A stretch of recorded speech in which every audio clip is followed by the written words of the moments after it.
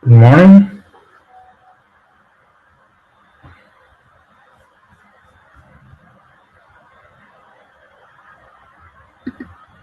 Okay, welcome to the Informatics Engineering Symposium of the Doctoral Conference of PhilP. I will now try to add the speakers. This is the first time I use... okay, here we are.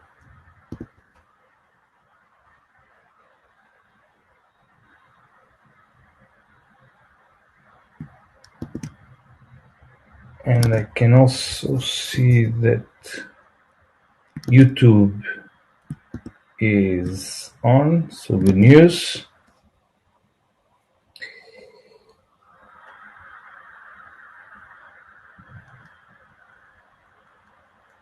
And just before we start, I'm going to invite Diana on stage, just to make sure that you know how to... Oh. Hi, Diana. Okay, so now I know how this works. Can you try to share the screen to see if everything is fine?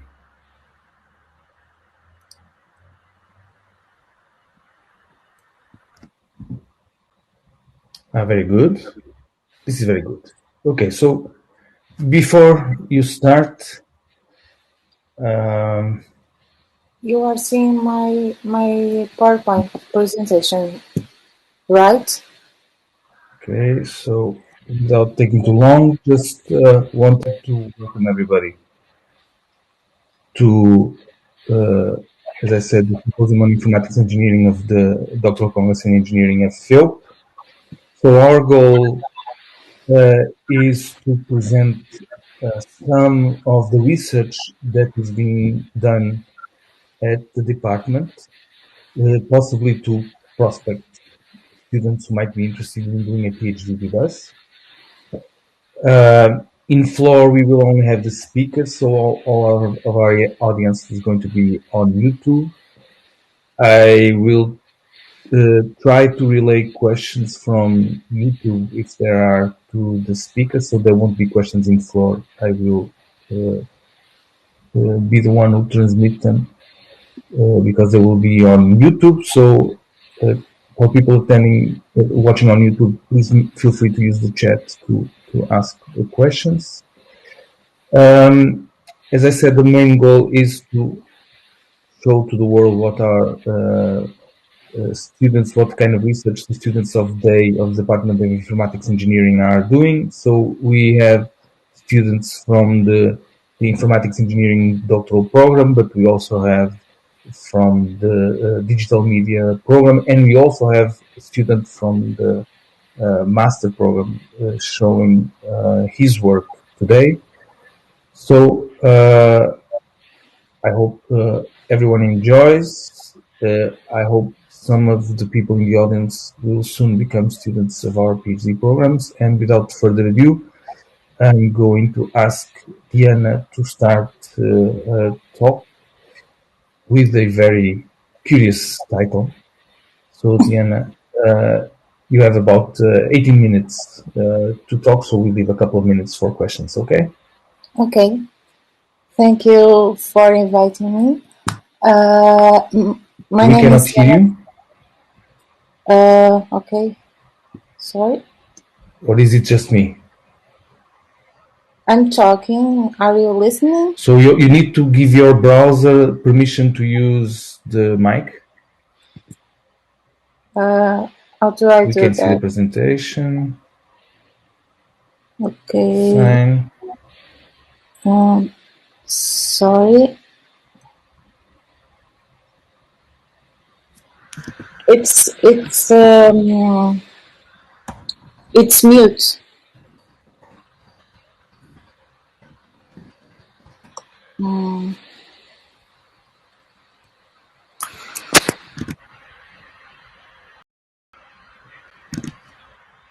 So apparently your... So It's apparently Yasin is telling me that people can hear you. So the problem should be on my side. I'm sorry for that, Diana. Okay, Please okay, start. okay. Okay, my name is Diana Souza, and I'm here to present our research about reaction time with a common turtle race game. This work was developed also by Professor António Coelho, Professor Gilberto Bernardes, and Professor Nuno Correia. This presentation will present the 4 sections of our paper. The keywords. Diana, please share the screen again. Okay, Sorry, sorry. my bad. Okay. Sorry.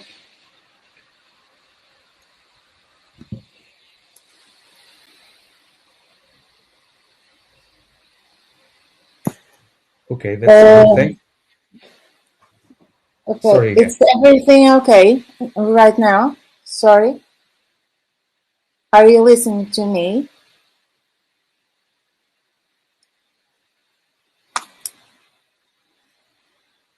Okay. Um, about the introduction in this paper we adopt design methods from human-computer interaction to proposing answered measurements for reaction time. To this end, we developed the reaction time system as a turtle racing game, which ultimately aims to foster serious games methodologies to study and assess the focus of attention, motor, and cognitive skills in children's learning processes.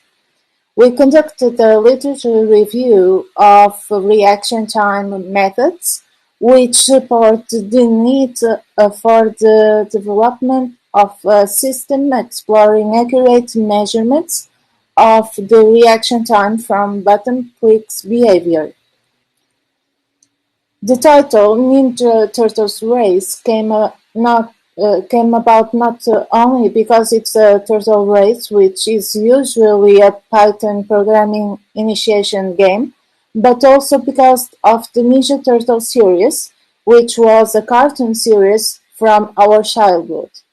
The ninjas are related with martial arts. In martial arts, one of the things that we learn is to improve our reaction time to defend ourselves in dangerous situations and to reach the specific goal. In our particular game, the objective is to reach the final line of the race as fast as possible. So each player is associated with an avatar. Each avatar corresponds to a Ninja Turtle character assigned to an individual track. The colors of each turtle correspond to the Ninja Turtle scarf color in the series. So, Raphael is the red turtle, Leonardo is the blue turtle, Michelangelo is the orange turtle, and Donatello is the purple turtle. The prototype includes the 3 major components: a physical interface controller, a Ninja Turtles race game, and the reaction time test. The first component is hardware-based, and the later 2 components are software-based. Next, we will describe these components in greater detail.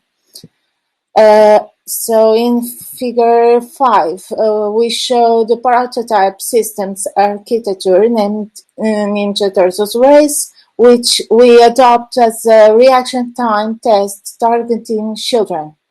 Ultimately, the prototype should provide the descriptive statistics for each player, specifically maximum, minimum, and average reaction time. From an early stage, the system design has been defined to comply with usability heuristics from human-computer interaction. The light and sonic actuators have shown to be attractive to children by captivating them on the game's long term, playing while struggling to retain the focus of from those with attention deficits. However, we faced challenging limitations on the electronic components at the control and the Raspberry Pi's graphic engine. On the other hand, the device was not prone to build intuitive and collaborative control interfaces for more than one child. On the other hand, accuracy was compromised, as the same control instructions from buttons could have significant changes in response behavior depending on the applied pressure and interval times between repeated instructions. Figure 6 shows the several assembly stages of the physical interface controller using Raspberry Pi 3 Model B+. Particular attention was paid to ensure equipment safely without damaging the fragile electronic components. We decided to make the game more attractive by improving the game's graphic design and narrative. Some calls of attention were also added to the user's interface to improve the player's attention on the game. The algorithm was designed considering the needs for a reaction time test applied to education as serious game strategy for learning. So let's watch the following video then, please.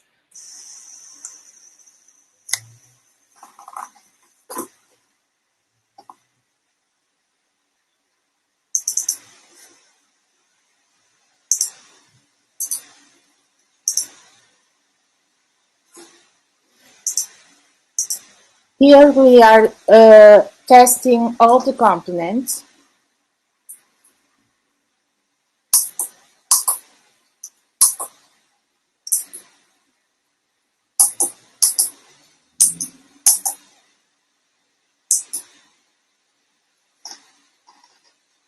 Everything is working well, so let's begin the game.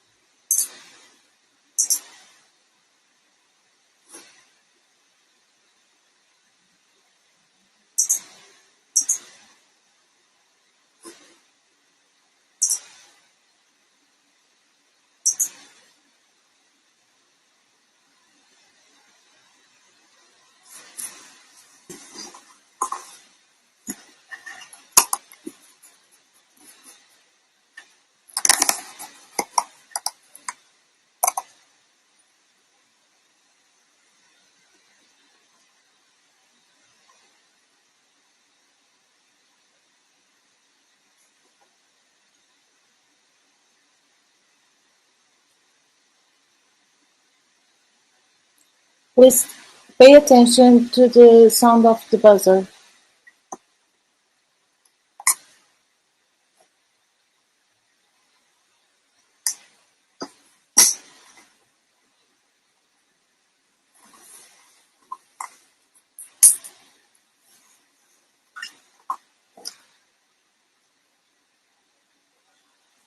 For each click, the turtle advance gives a step, and that depends on the pressure and the number of times of the click in the button on the button. Sorry.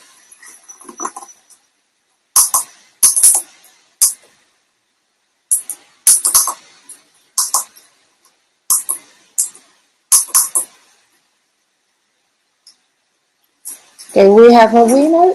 It's Leonardo, but the same winner in the game uh, probably isn't the same winner as the reaction time test. So we must consider the ID button, uh, which is associated to each avatar, and then analyze the reaction time values of maximum, minimum, and the average or median, and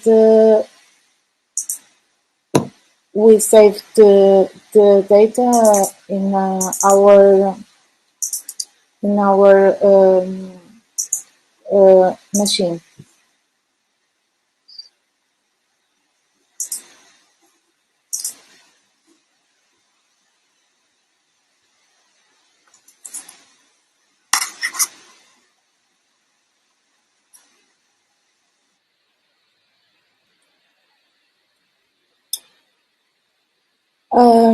Our study pinpointed some weakness in the existing measurements of reaction time. The proposed and developed system has tackled some of the limitations of reaction time systems control and design for education.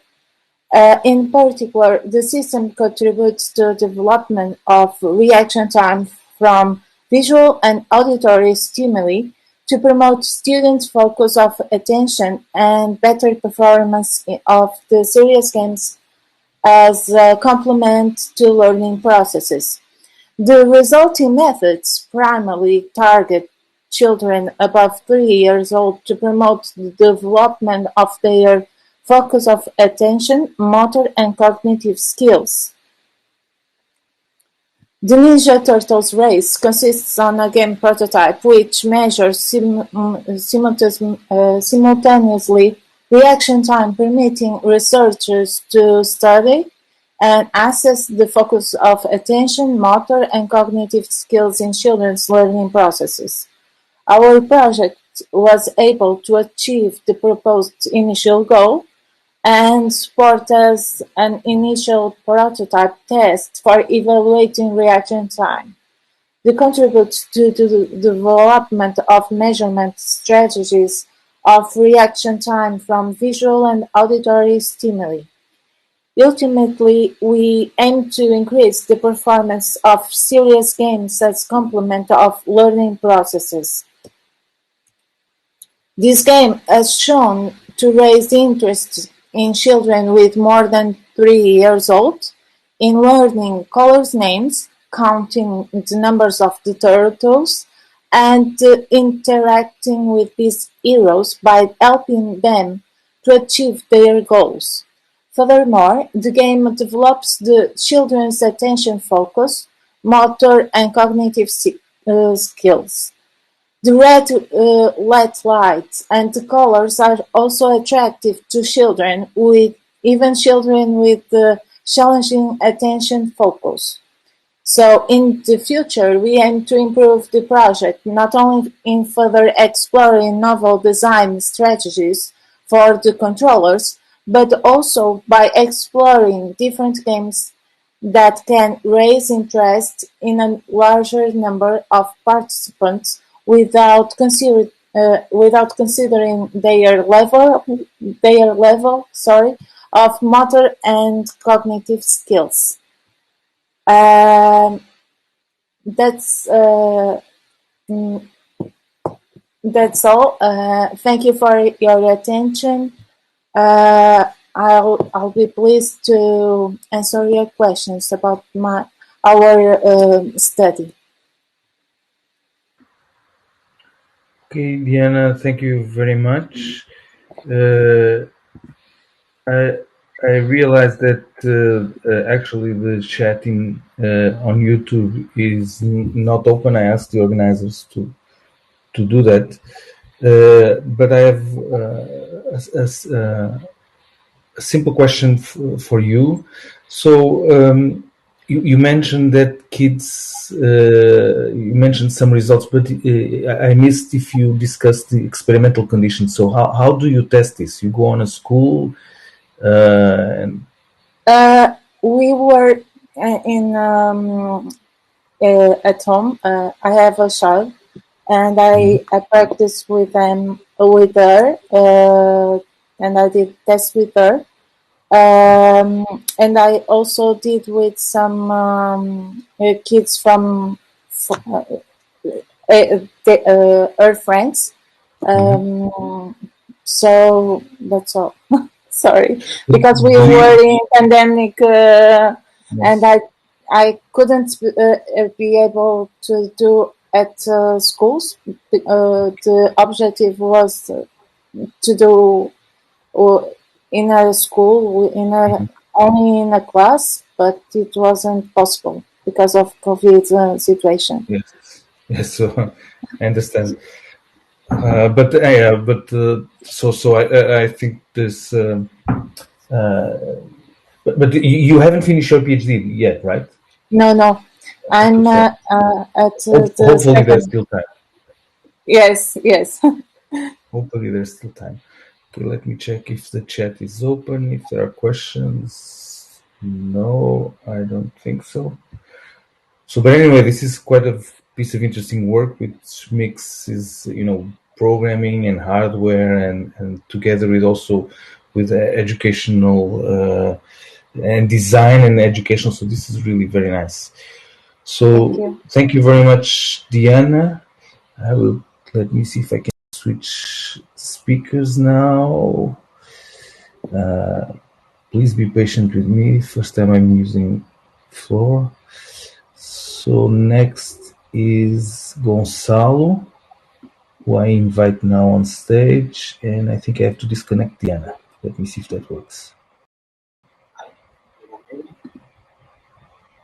Hi, Gonçalo. Can you please check to share your screen to make sure everything is fine?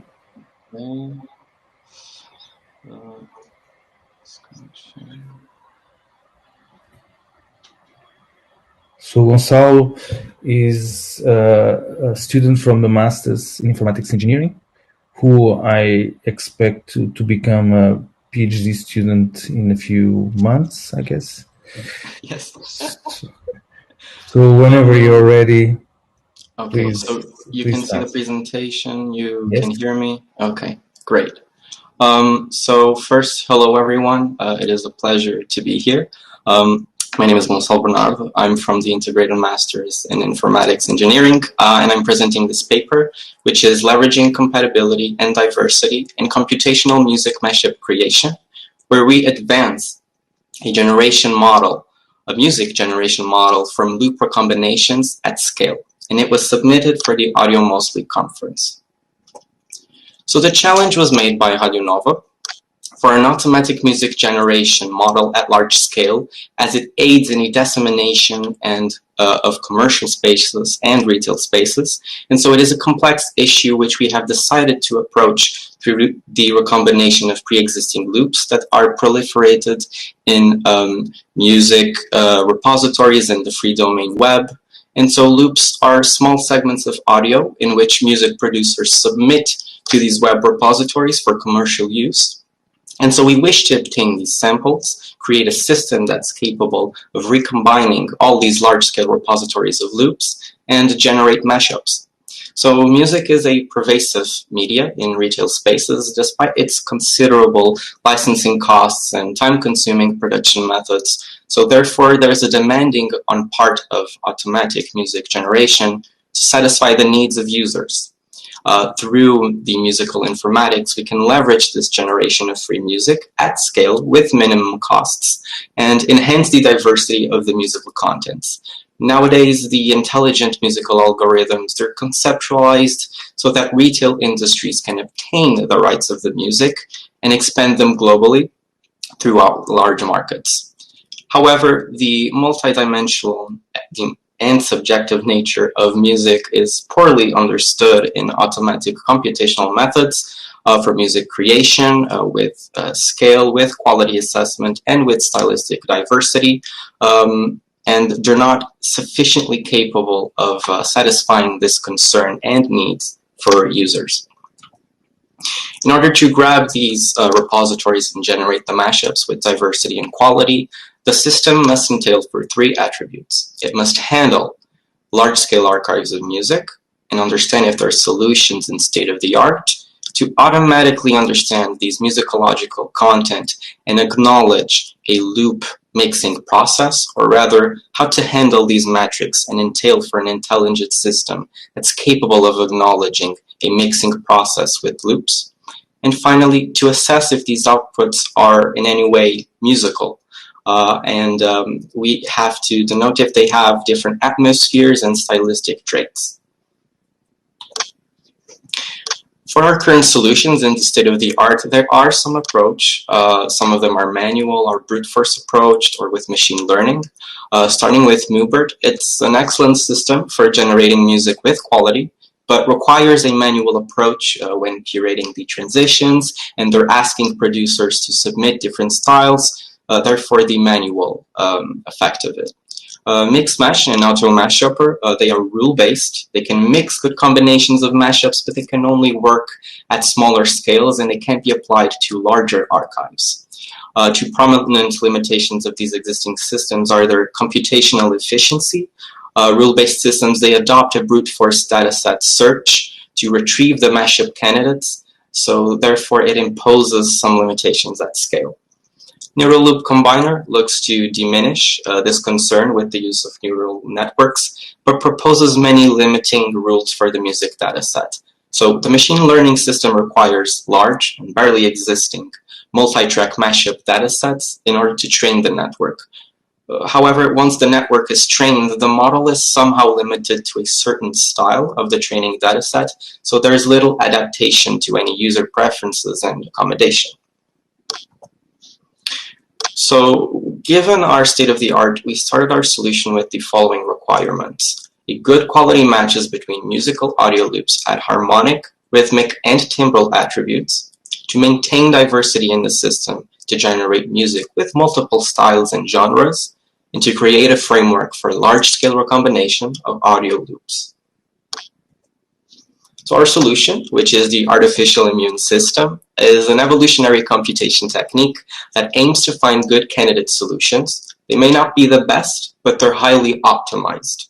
So they tackle large data sets and large-scale problems, and they aim at promoting good quality solutions and diverse solutions. That is exactly the case of which we were looking for. We have multiple good and diverse candidates at the peaks, because our search space is within a musical feature space, and this reduces the complexity of the performance efficiency within the search algorithm. So as you can see in the figure, we have these peaks, and these are considered as solutions. They can be whether maximum or minimum, but for our case, we are entailing for the minimum peaks, which I will show in a diagram ahead. So for our model architecture, we start with a large data set of loops, one with leads as harmonic content, one for rhythmic. Several recombinations are made throughout the loops. It's evaluating its musicological content, these metrics of harmonic, rhythmic, and timbral content. And after that, there's a search algorithm which entails for that optimization, and it's generating a mashup as an audio output. And so it's important to address that each mashup is layered onto three layers of auditory content. Two of them are loops from an harmonic dataset, and one of them is a loop from a rhythmic dataset.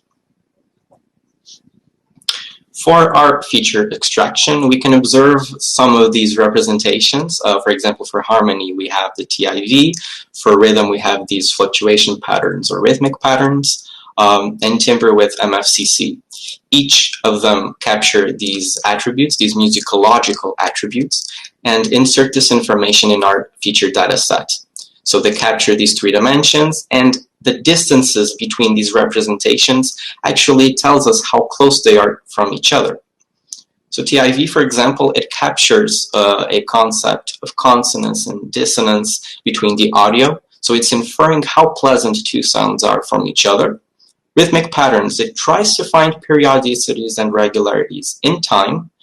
And MFCC is like a digital print of any sound source. It is very used in speech processing, audio processing for voices. For example, finding different speakers in a conference through their speech. For our evaluation function, as I said, distances between these attributes, they can infer how compatible these loops are. So we search for two dimensions, one for vertical or non-context generation, which it just generates one mashup, and horizontal or context generation. So these have distinct evaluation functions according to the dimension. So let's say we have a population P in this diagram. If we just entail for a vertical or non-context generation, we grab the harmonic, the rhythmic, content of that population we're searching through, and we're adding a penalty if the same loops are found in the harmonic layers. So it's like you have this diagram, but you don't have any previous population, and you don't have the MFCC. These three are just the ones we're gathering for non-context generation. If entailing for context generation, and looking at the continuation of that generation, we take the harmonic, the rhythmic, we add the penalty, we add the timbral content of the population we're currently searching, but now we're adding the previous solution that we have found in the previous population. So therefore we can entail that for one evaluation we have for vertical one function, and for horizontal there's a larger and more complex processing for the evaluation function. In our search algorithm, the IES, or rather specifically OBT-INET, it starts by initializing a random population of cells, or our mashups, and it's evolving them throughout the process. It includes mechanics to adjust the population size via an affinity suppression and population expansion. As these cells are evaluated, we retain the best ones. We expand our solution space to ensure that the optimal candidates are found. So cloning here is responsible, for example, creating a number of offspring cells per cell in that population that are identical copies of their parent cell. So each clone contains its parent and its offspring cells.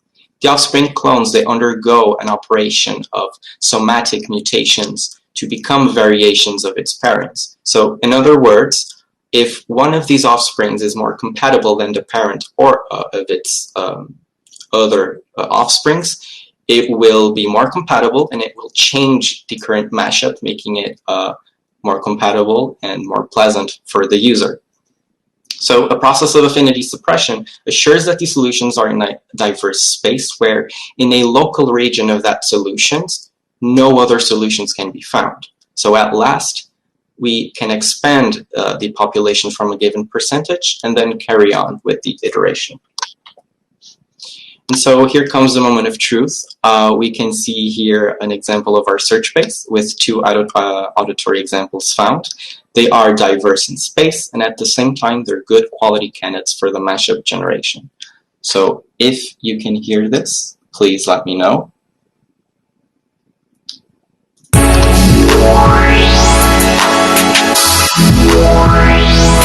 You can hear it? Yes, we can hear it very well. Okay, great.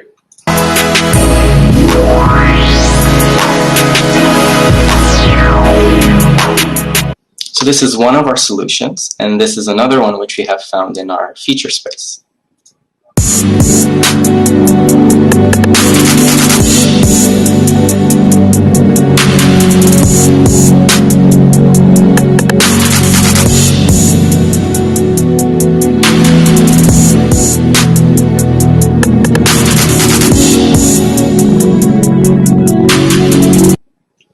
So these are a few examples of the solutions that we found in this paper and in this model. So for our model evaluation, we adopted two objective and subjective evaluations of the proposed model. The objective evaluation infers the complexity of the model and how it reacts to compatibility, diversity, and efficiency between two already existing models. One that was based on a standard GA algorithm, a genetic algorithm, and one that was based on a brute force approach. So the results here, they only contemplate the output of the mashups with two layers of auditory content, one that's harmonic and one that's rhythmic.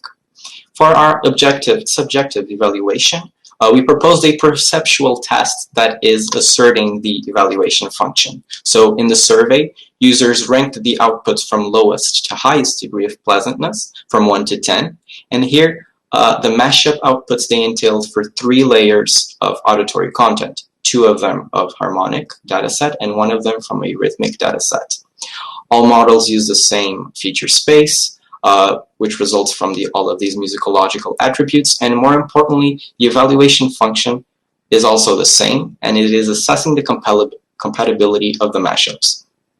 To assess compatibility, we make the average of the minimization evaluation function of the 10 best ranked mashups. So the smaller the average compatibility value, the better it complies with the objective that we aim to minimize. In the IES and genetic algorithm models, we ran the algorithm 10 times to capture the optimization mechanics across multiple runs. To objectively measure diversity, we inspected the distance relationships in the mashups in the feature space. So these mashup locations, as I demonstrated in the graph, they reflect perceptual relations across the regions in which they are found. So what we can do is we propose the average distance across these pairwise unique mashups from the 10 best evaluation that were set in the model. So IES or INET does not guarantee similar results with each one, but however, the affinity suppression and population expansion searches to minimize this behavior. And so finally, for efficiency or computational performance, we calculated the average CPU usage in milliseconds over 10 runs, and these costs indicate greater computational gains when adopting the genetic algorithm than the IES, whose affinity suppression actually adds some complexity. Both IES and the GA, they already suggest some smaller values compared to the brute force approach. However, these former algorithms are dependent on their ability to converge. So for our objective assessment, by first looking at compatibility and the numbers of the average compatibility values, we can already observe that IES outperforms the standard genetic algorithm model, thus being able to find local minimum in the feature space and smaller and optimal values of compatibility. And the average compatibility of the brute force approach is lower than IES and GA, thus presenting a set of more compatible values in its 10 best ranked solution as it searches through the entire data set. For diversity, the median affinity of the 3 models denote a clear advantage on the IES in promoting diversity in the 10 best ranked mashups, as it finds these global distances in the feature space that are more spread out than the remaining models. The GA performs very poorly in terms of diversity, as it typically converges most solutions towards a unique local optimum in the search space. By comparing the computational efficiency, we clearly denote some gains in the average CPU time of GA and the IES algorithm compared to the brute force approach.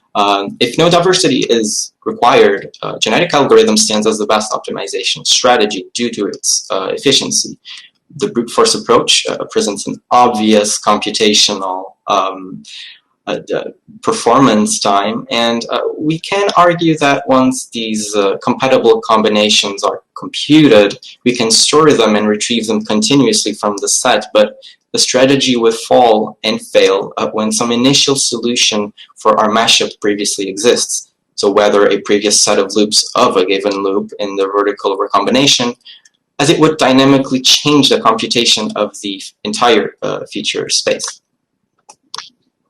To assess our minimization evaluation function, we proceeded with our perceptual test. So what we did here was submit 20 mashups, 10 that are vertical and 10 that are horizontal, from lower to higher evaluation values. And we captured the answers of 100 musicians and non-musicians as users. You can see that the regression analysis shows that indeed the answers of our perceptual test were in accordance with the minimization of our evaluation function. So for vertical or non-context generation, we asked the users to give an opinion on their degree of pleasantness. And for horizontal or context generation, we asked users for values of pleasantness and continuation within the mashups. So what we did here was propose a multimodal music mashup optimization system for loop recombination at scale. We tackled the problem of scalability using IES and maintaining diversity and compatibility as quality of the musical mashups. So in promoting a diverse set of optimal mashups, the system can now account for personal preferences and different stylistic traits. An objective comparison of IES, the OPT-INET algorithm, to a standard GA and brute force approaches, it denotes the primacy of IES in finding the local and global optimum values that are closely matching the values of the brute force approach, as we mentioned. We analyze that IES promotes diversity to a greater degree than the GA and brute force approach, and we also made understanding that GA and IES have significant computational performance gains compared to the brute force approach. Finally, a subjective assessment through a perceptual test, aiming to evaluate the minimization evaluation function for mashup generation with context and non-context generation. All of this analysis comes to build in the future a system that automatically is generating music, it is disseminating in commercial spaces, and it is serving the necessities of users at large scale. For our future work, we're planning to extend further experiments to, with the addition of timbral compatibility criteria to the evaluation function in a way that it's not actually losing some diverse solutions. And we also want to improve the context generation to entail for smoother results in less computational performance time. I want to thank you very much for listening, and I will be taking questions right now. Thank you. Okay, Gonçalo, thank you very much. One of the ideas of having these two presentations first was to showcase that research in computer science and informatics engineering is not just what you would expect traditionally, let's say, Yes. just programming systems for businesses and so on. So these are actually two very nice examples of very creative applications of informatics engineering and computer science. So thank you for that. I actually don't have questions from the audience, but I do have a couple of questions. I'm going to ask only one in interest of time. You showed two examples of the music. To be honest, I could not really tell how different, if they were very different or not. So then I started thinking, how different are these with very good fitness when compared to the ones with very low fitness? I would really like to hear one of the bad ones. Okay, so what we did here, so our fitness values here, we're looking for a minimization problem. So the smaller the results of fitness, the more compatible it is, because we're measuring distances of harmonic content, rhythmic. The higher these values, the less pleasant it's going to sound to the user. For the examples that I showed, we can tell, and it also depends from the data set, but we can tell that in these layers there are different instruments, different representations of harmony and rhythm. So we have different beatings, we have different harmonicities in the chords, and so the examples actually show that we can find diverse solutions throughout an entire feature space.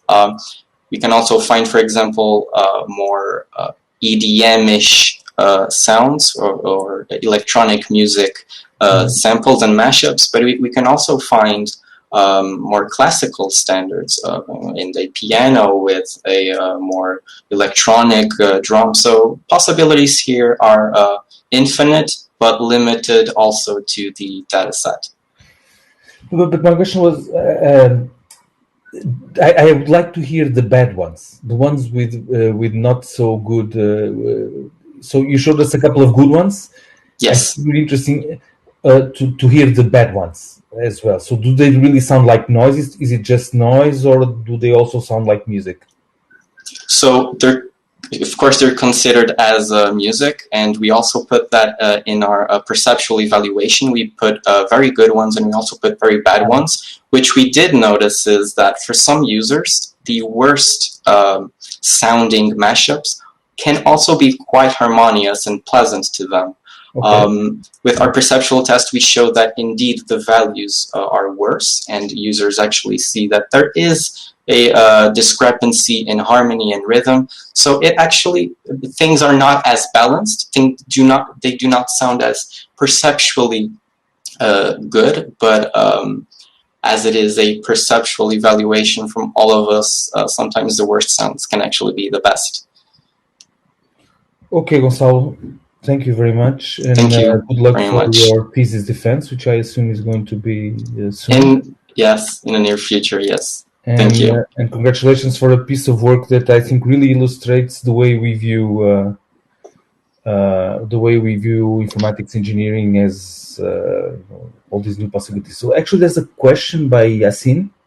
Okay, great. What makes us choose between AINet or OPT AINet? So what's the difference between these two approaches? If I understand well the question, we're using the artificial immune system. OPT-AINet is a specification of that algorithm. So yes, there are several several algorithms that are based on IES. We used OPT-AINet because we had a greater reference for example, there are some studies that assert chord progressions and systems that make chord progressions automatically, which are using also OPT-AINet. So it is very used in problems of minimization or maximization for large data sets. If I understood the question correctly, I think that it is because of the reference that we had, but also the capabilities that we have seen from other studies. Okay, we're not very pressed on time, but I don't want to get too late. So I think Yasin was actually happy with the answer. So Gonçalo, Okay, thank great. you very much, and thank you. Good luck again. Thank you very much. Let me bring again fighting with the system as usual. Okay, here it is.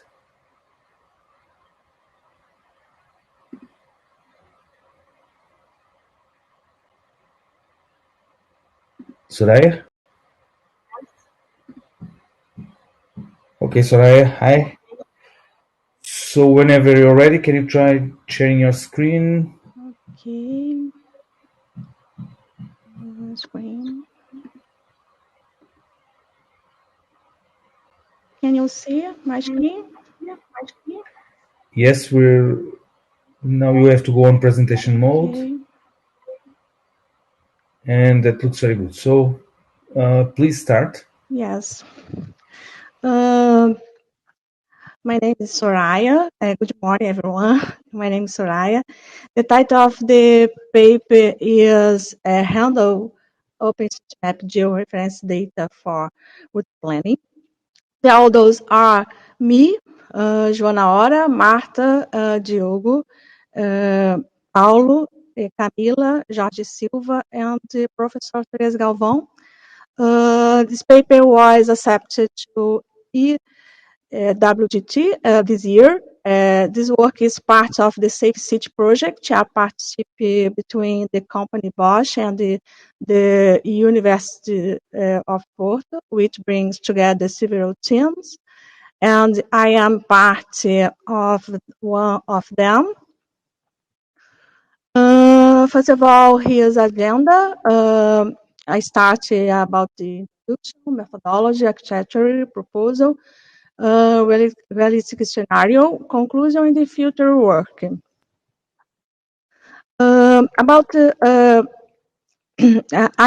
gonna begin talk about the work teams of the Safe Cities project that I work. Our team is composed of the authors of this paper. I am in informatics department in the doctoral program. Marta, Joana, Camila, and Professor Teresa Galvão of the Industrial Department of Engineering College of the University of Porto. Paulo and Diogo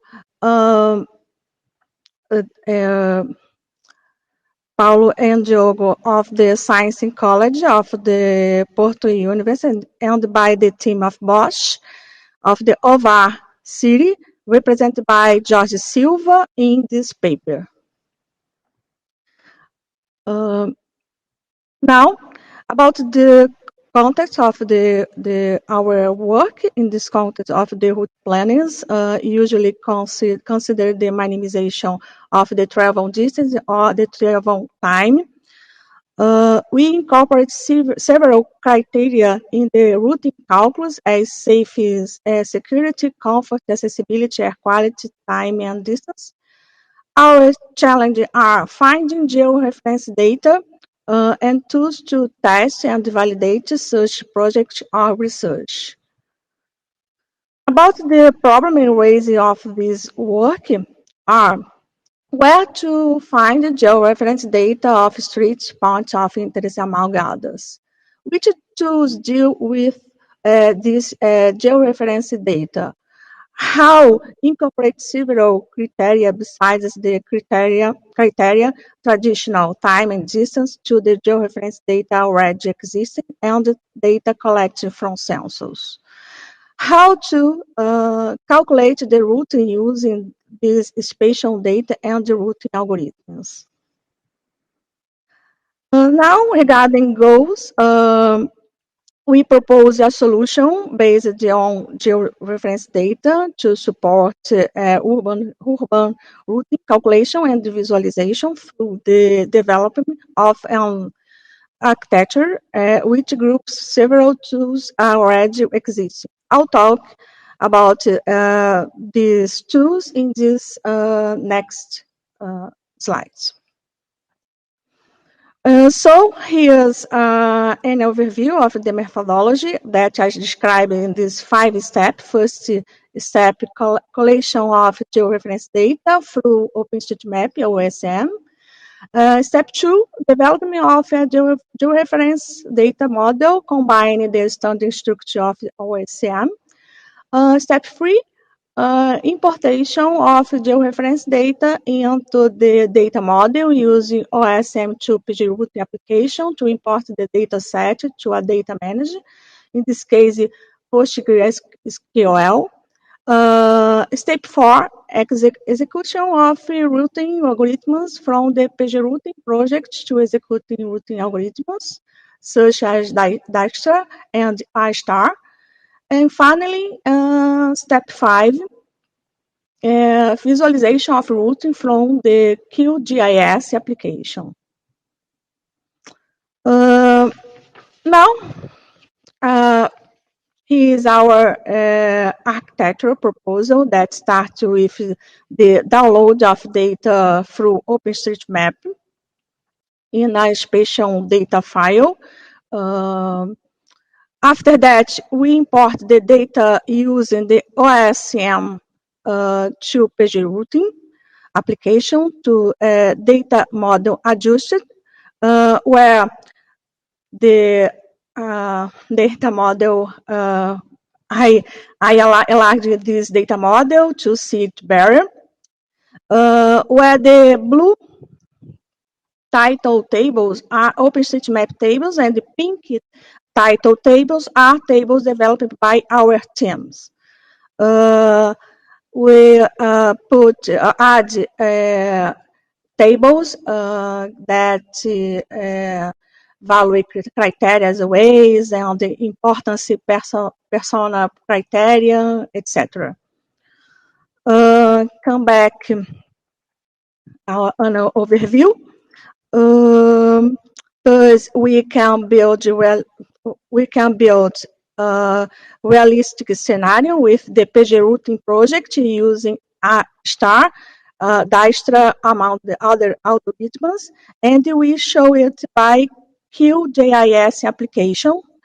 With goals of testing the multi-criteria that we mentioned previously as safety and security, comfort, accessibility, air quality, time and distance to evaluate the impacts in the routes.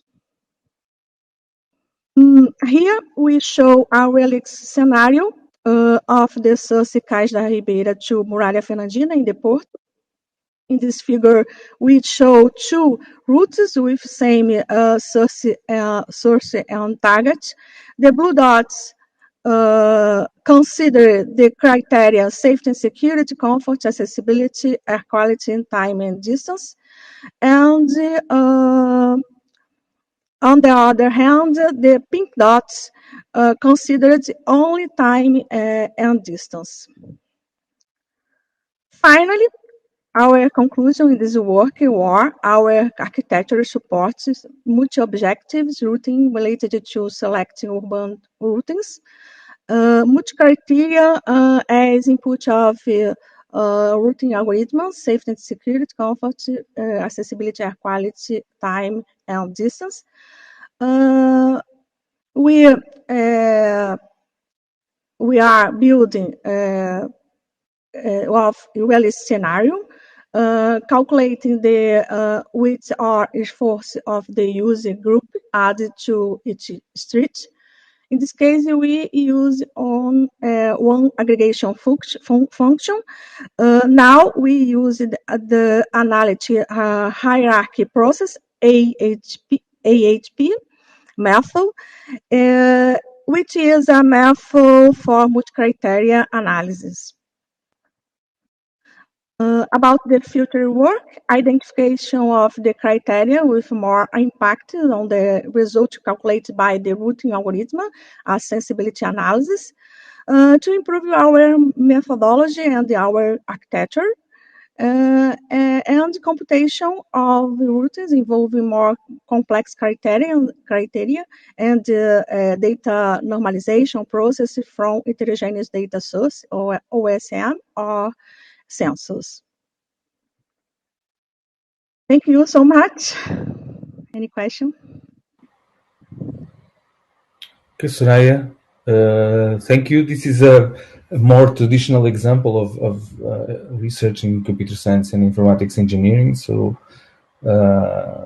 thank you for, but still very interesting due to the kind of application. Let me check. We don't have questions in YouTube, but I'd like to ask you this. So you said that you're going to design realistic scenarios. How do you do that in a systematic way? So how?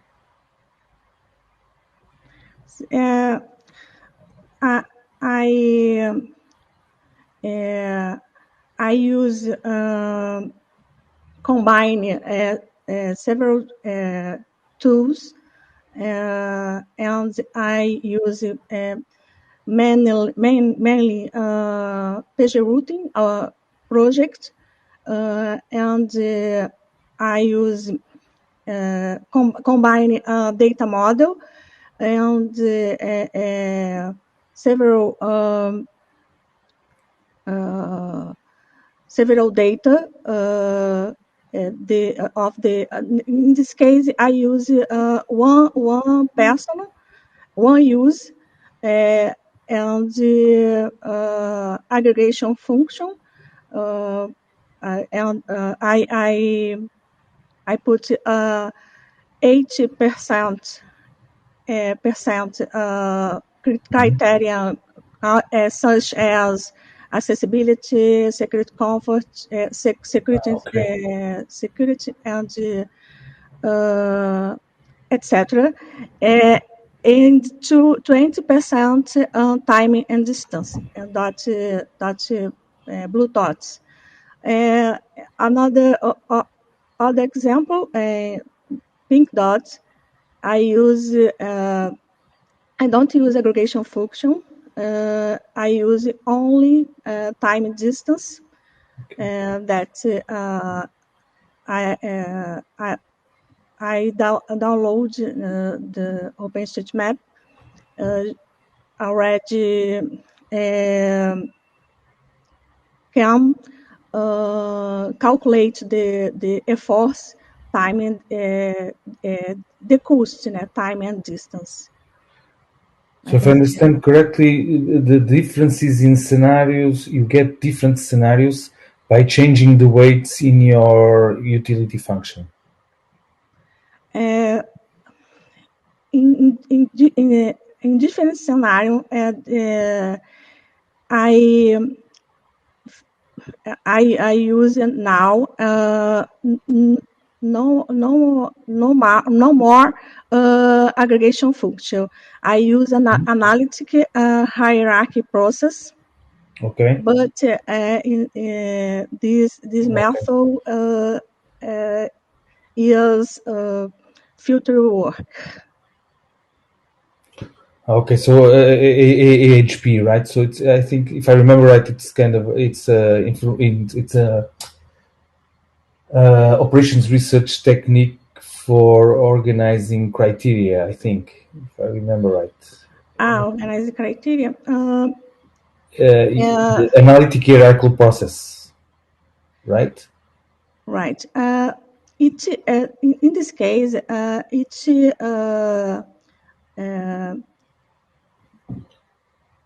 ways has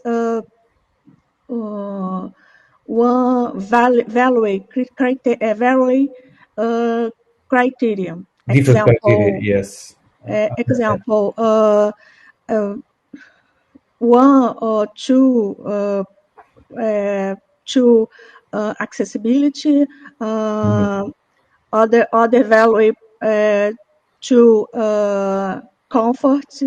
It ways. Okay. I add with importance each criterion that user give Okay. add importance of the user each criteria with value criteria each ways. Okay, sorry. So thank you very much. We're right on time, I think 2 minutes late. So we will now take a 20-minute break. So we'll be back by 10:20. Okay? Okay. See you in a bit. Thank you. Thank you. Let me see if I can do this correctly. Deixa eu ver se eu consigo parar a partilha.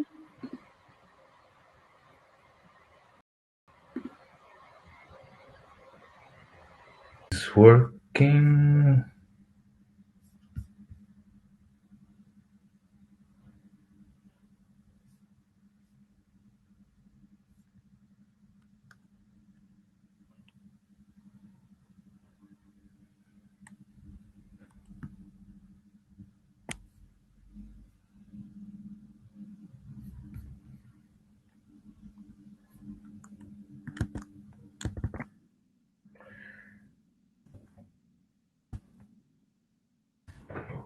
It's working again. Okay, very good. Next. So we're back to the informatics engineering symposium of the doctoral conference on engineering of the Faculty of Engineering for the second session. And we next have João Pedro. Let me see if he's around.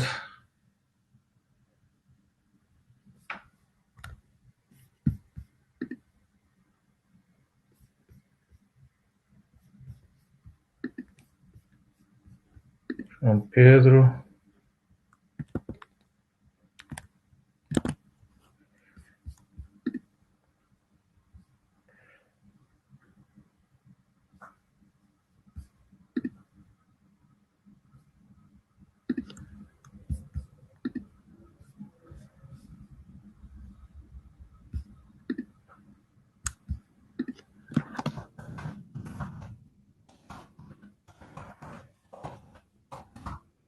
here, but you need to raise your hand, please.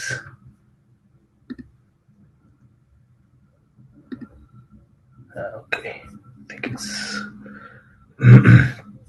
okay now.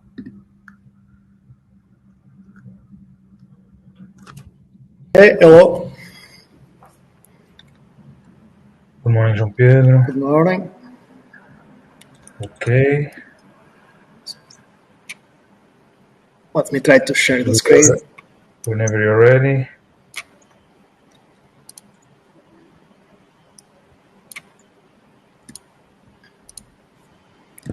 Okay. So, everybody seeing? Everything okay? Yes, we can see your presentation now. So whenever you're ready, let's start. So, hello everybody. My name is João Pedro Dias. I'm here to present my work empowering visual Internet of Things mashup with self-healing capabilities. This work was presented at a workshop at the International Conference on Software Engineering in this past month.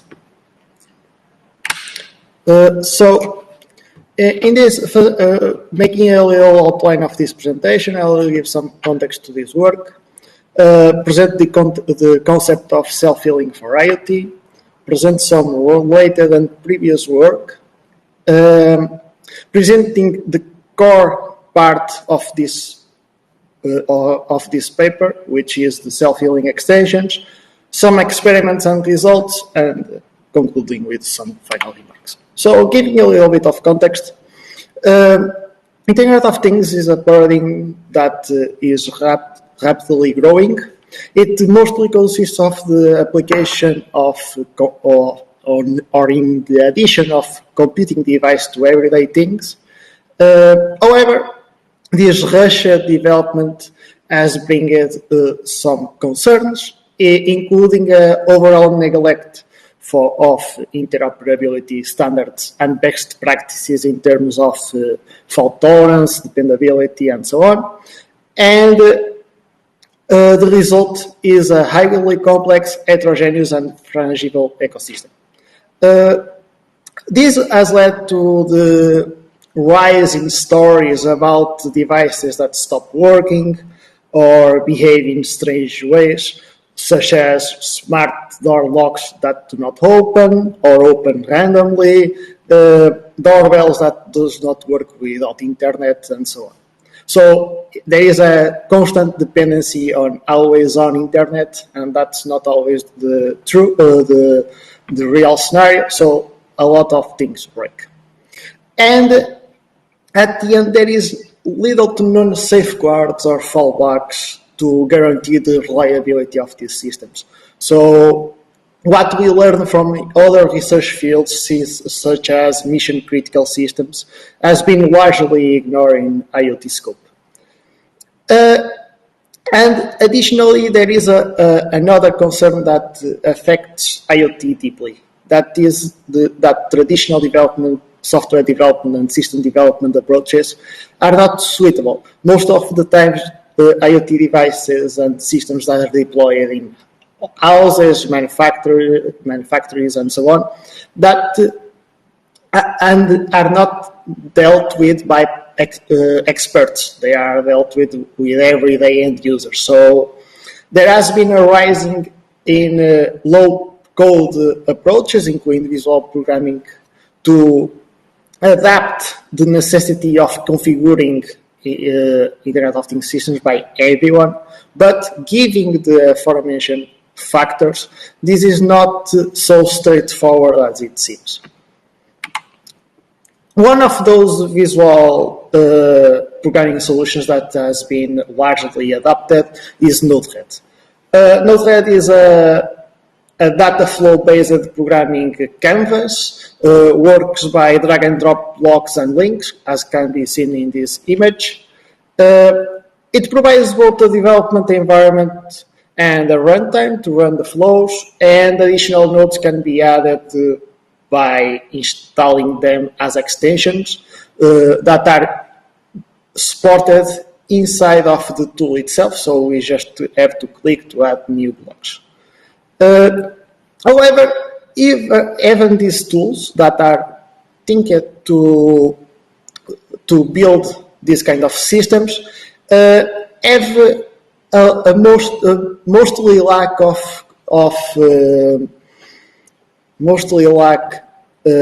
of concerns about resilience. So they do not have the fundamental building blocks that allow one to build better and more resilient systems. However, this is not limited to Node-RED. Most low-code solutions suffer from the same. And thus, one of the concepts that has been growing in importance in this field is the concept of self-healing. Self-healing is a vertex of autonomic computing. That means that the systems should be able to self-adapt. Autonomic computing is more aberrant than just self-healing. It consists of self-configuration, self-optimization, self-protection, and self-healing.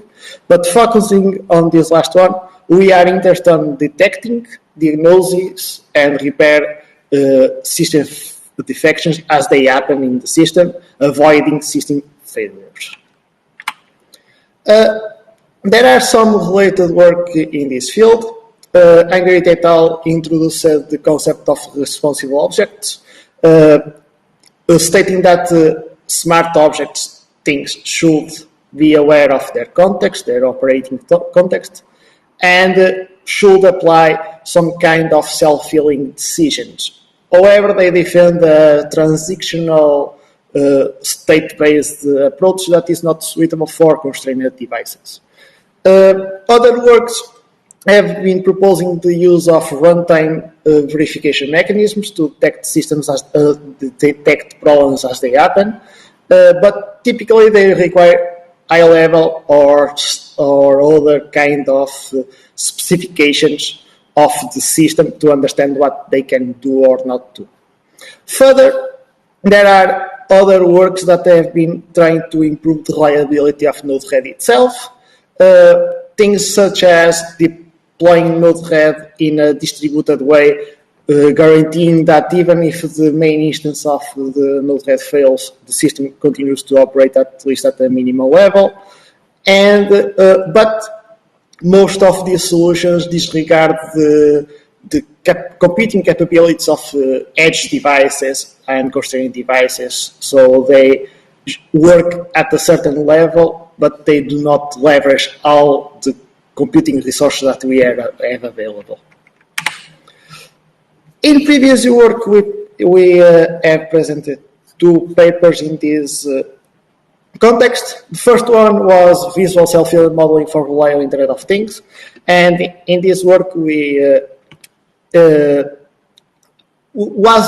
this work describes our first approach to this concept of self-healing in Node-RED and in IoT by consequence, and we tried to assert if it was possible to define this kind of behaviors in Node-RED and what were the limitations and shortcomings of Node-RED itself that limit what we could do. And in parallel, we developed another work, which was a pattern language for self-healing Internet of Things, where we defined and described 27 patterns around error detection and recovery and maintenance of health for IoT. So most of the things presented as patterns in this work are not novel per se, but are revisited from the Internet of Things perspective, giving a different context of application and different constraints that are not common to other fields of application. These are just a visualization of some patterns, but I recommend to see the paper. And at least we reach our solution. We developed 17 nodes that can be used within Node-RED programming flows to add self-healing capabilities to the system. A single node can use one or more self-healing patterns or a specific strategy of some pattern. But be aware that there are some self-healing patterns that we described that are not applied only to Node-RED because they depend on other operational constraints. As an example, sometimes it depends on observation of a specific actuator and or sensor that depends on hardware features. Most or the majority of these nodes are built with a reactive behavior. So as they detect a fault or a problem in the system, they react to correct or mitigate the best as they can this strange behavior. But there is no focus on preventive measures. As for experiments and results, we have a lot of sensors and actuators deployed in our laboratory, in software engineering laboratory, and we are using this as our test bed. So with these scenarios in mind, with this test bed in mind, we designed 3 scenarios. Well, the first scenario was a sensor failure. In the case of the sensor failure, we have a sensing node that is producing, in this case, temperature and humidity values, and we want to guarantee that the sensor is online, so we have a heartbeat probe. We want to assert if the temperature and humidity values that are being produced are within the scope of operation of the sensor, so if the sensor only operates between minus 20 and 80 degrees, any value outside of this scope is not considered. We add a compensate node. This compensate node, what it does is that if there is some break in the producing of values by the sensor node, we can compensate some of these values for by a strategy. In this case, we define the last strategy, and in this case, the mean strategy. So what happens is that if the sensor disappears and stops working, the compensate node produces values at the same rate, but with a degrading confidence value. At last, we have the checkpoint, and checkpoint node, what does is that if the system breaks and goes down, the node-RED itself, when it restarts, it automatically injects the last value read from the sensor. The blue nodes consist of OR nodes, what was implemented as new. The other ones are part of Node-RED itself. Then we have another example that is a load spike in the system. So imagine that you have a card reading to control the access to the laboratory, and depending on the time of the day, the number of cards that are reading diverge largely. And what we did was 2 nodes. The first node, a timing node. This timing node asserts if what is the cadency of cards being read, and depending on that, it can trigger or not the balancing node. The balancing node, what it does is that it takes the validation requests and spread them among 3 different validators. Lastly, we did some experiments with the redundancy node. This is like the name says, if we can have several instances of Node-RED running in different hosts, and each one of these hosts knows about the existence of the other hosts and asserts if they are live or down. A major difference of these redundancy nodes versus redundancy of the machines itself and the full instance itself is that this redundancy is aware of the flows that are running in each Node-RED instance. And if a Node-RED instance fails, we can trigger only a specific flow online or offline. So the flow control node is that what it does is to turn on or turn off a given flow. Giving a little bit of summary. With these scenarios, we showcase the feasibility of using self-healing mechanisms within Node-RED flows. And this can be indeed used to improve the system dependability. However, we are aware that these scenarios don't show a portion of the possibilities of configurations and use. We have indeed some master theses underway now that are using these self-healing nodes to build other kinds of scenarios and validate other kind of situations.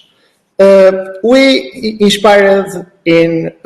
have inspired in real world use cases for our validation, but we are always constrained by being a test bed and being large, considerably small size. Giving some final remarks. Some of the nodes here presented have some issues dealing with specific cases. So imagine the redundancy node is not able to deal with partitions in the network. So if two hosts be apart, they will not be able to check if one host is up and another down. There was some limitations on what we could do due to limitations of Node-RED itself. As further improvements of the nodes implemented, we consider that most of the nodes should have the concept of delays margin. So if we are asserting the cadency of readings, there is a considerable margin that can be acceptable. As an example, if we are turning on the lights, 1 second delay will make no difference. And some other less important limitations are presented.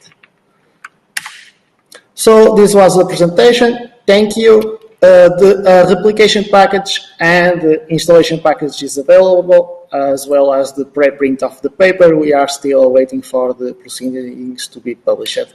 Thank you. Okay, João Pedro, thank you very much. Let me see. YouTube is very quiet today. I don't know if somebody from the audience has questions on floor as well. You can ask them. I just learned that, but I was curious that if you look at some of the challenges that you raise, it seems they are related with uncertainty or let's say unpredictable behavior, which would raise the opportunity for data-based approaches, analyzing the behavior of these things. Yes. Does it make sense? Yes. Some of or more specifically, one of the master theses that we are doing right now is around predictive dependability concerns and predictive self-healing. So one of the things that we observed is that if a given device failed 10 times in the last 24 hours, it will fail again. So it does not make sense to keep trying to mitigate this failure over and over again, and just disconsider the device and just go to a solution and inform the administrator, hey, you have a broken device, when you can repair it, but we are compensating the system by this way. So yes, from one side we have this kind of predictive and almost deterministic reasons to adapt the system and just go to a solution and do not readapt. But we also consider that there is space for the application of other more advanced systems such as machine learning and data analytics and so on to predict how the system will behave and proactively react and adapt the system for that kind of situation. However, that falls out of the scope of the work I'm doing. However, we consider that there is a large opportunity of application here. Okay, so the way you explain it, it sounds like good old-fashioned knowledge-based systems where you combine expert knowledge, like the one that you're generating, with data-based approaches. So So here's an opportunity for additional PhD work. Exactly. So maybe somebody hearing us will take on the challenge. Okay, Jean-Pierre, I think we're also, I don't want this to be too late. No questions on YouTube again. So thank you very much and good Thank luck. you. I hope you finish soon. When is that going to happen? Yes, late this year, Okay, that's good. probably November. Very happy to hear that. Thank you. Okay, Jean-Pierre, thank you very much. And the next, I think, is Paulo, if I'm not mistaken. But you need to raise your hand, Paulo. Okay, thank you.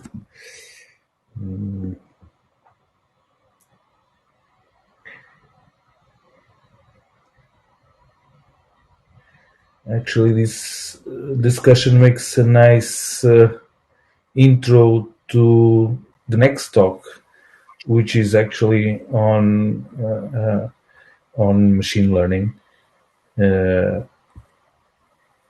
issue. Oh, Paulo is here. Hello. Hey, Paulo. Hi. Are you? Whenever you're ready to share, Yes. please do.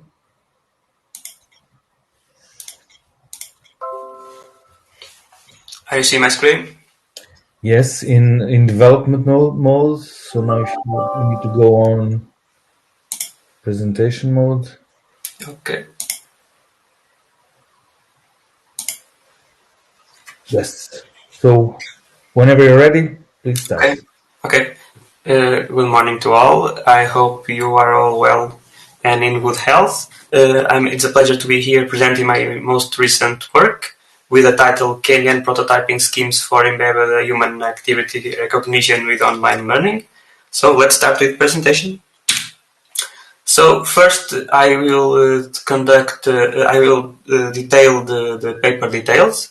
I will contextualize my work, my motivations, the problem that we try to address, the solution we propose, the implementation of our system, our substitution schemes, our experimental setup, results, and conclusion and future work, the funding, and some acknowledgements. So, paper details. The title of the paper is Kenyan Prototyping Schemes for Embedded Human Activity Recognition with Online Learning. This paper was written by me and my supervisors, Professor João Cardoso and Professor João Mendes Moreira. Our affiliation was in ESCTEC, the Faculty of Engineering at the University of Porto. This paper was published in the journal Computers by the publishers MDPI. It has 20 pages and was published here last year, December 2020. So let's contextualize my work. So my work is focused on human activity recognition. Human activity recognition aims to automatically recognize activities performed by humans through the analysis of sensing data. In recent years, HAR systems has been widely used in many applications, which include health, elderly care, well-being, fitness tracking, and mobile security. Most of our approaches have been developed using machine learning methods, including decision trees, naive Bayes, supporting vector machines, k-nearest neighbors, and most recently, deep learning techniques. Most of these studies only consider offline learning. Offline learning assumes that the data is available only before the training the model, and in this case, the model cannot be trained any further. In online learning, views the data as a stream continues arriving over the time, where the model can be updated and adapted to changes. So our motivation is to develop an online learning approach, and this approach has the advantage of updating the model with new data and make the model more suitable for the user of the system.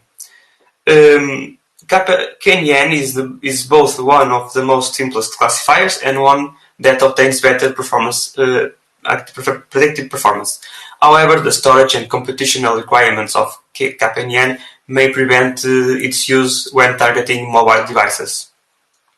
The Kenyan classification performance and its simplicity to implement online learning are the two main reasons to enhance the prototyping of KNN-based R systems when targeting online learning. So, our problem is that KNN is a lazy learning, and a lazy learner simply stores the training data and only when it sees a test instance starts an instance-based approach to classify the test instance based on its nearest stored training instance. In other words, the more instances the KNN stores, more memory it will need and longer will take to calculate distances. So the larger the training set is, the larger the KNN predictive computational cost is.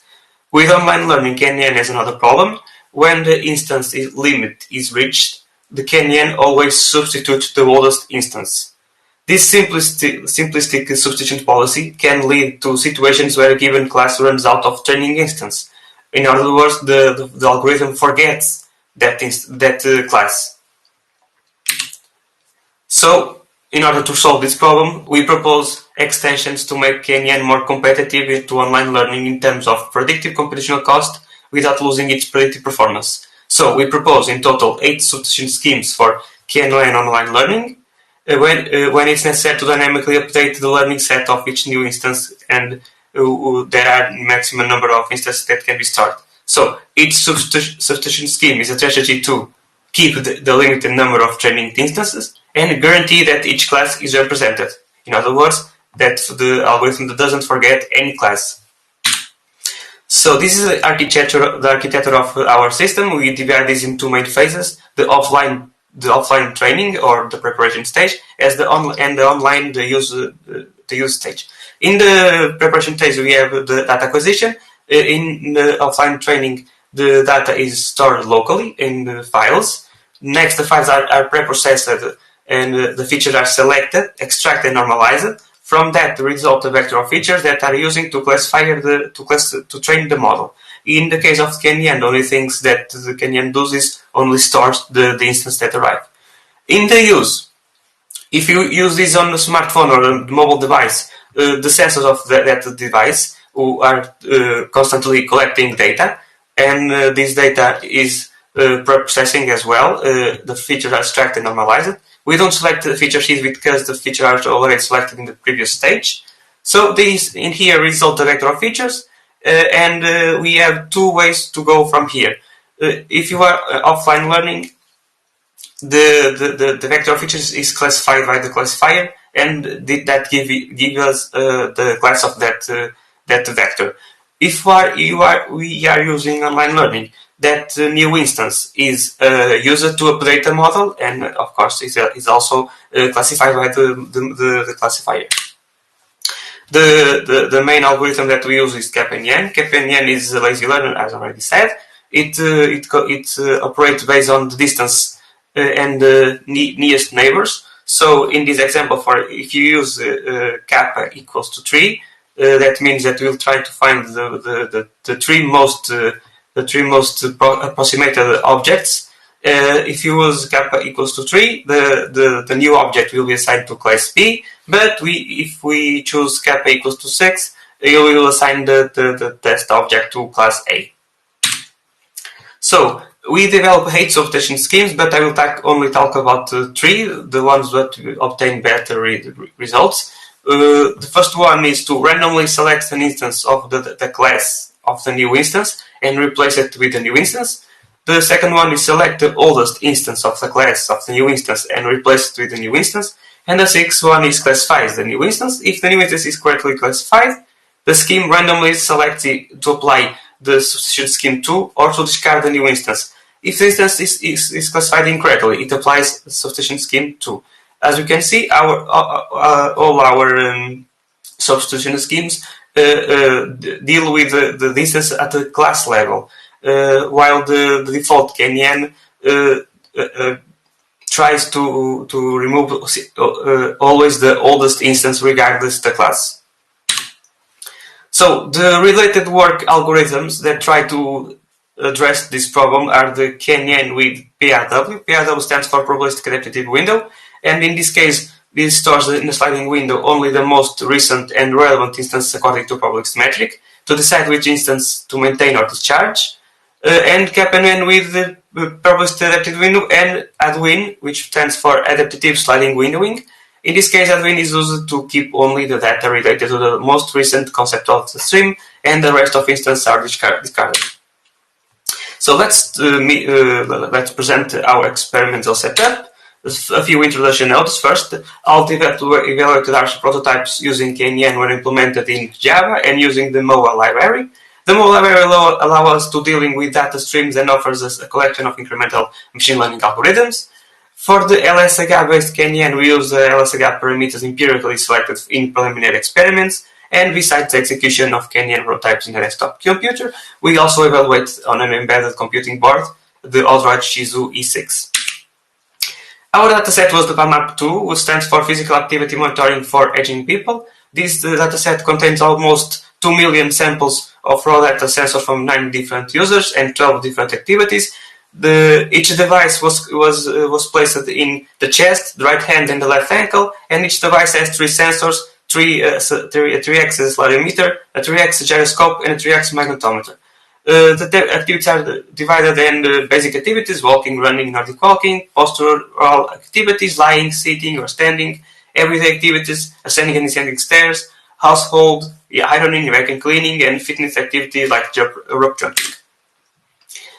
In order to conduct experiments with PAMAP dataset that are raw data, it was necessary to split that in training and test set. So we select the user file to represent the user of the system, the test set, and remaining users constitute the offline training set. We select user 5 because it was the user with most number of instances, and we wanted the user with the most instances possible.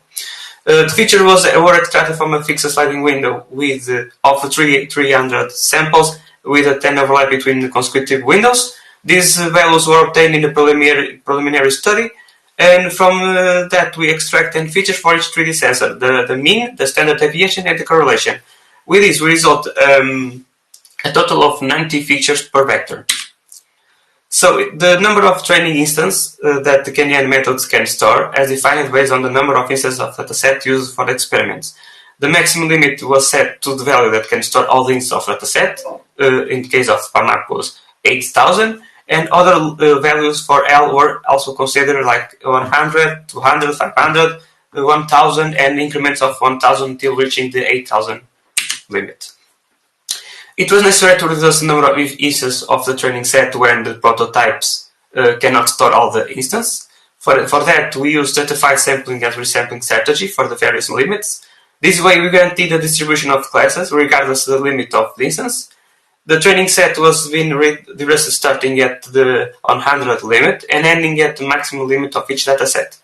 The reduction was made incrementally. All limits have the instance of the immediately previous limit, and then new instances are added to complete the limit. For example, for a limit to 1,000, instances from the limit 500 are kept, and 500 new instances are added.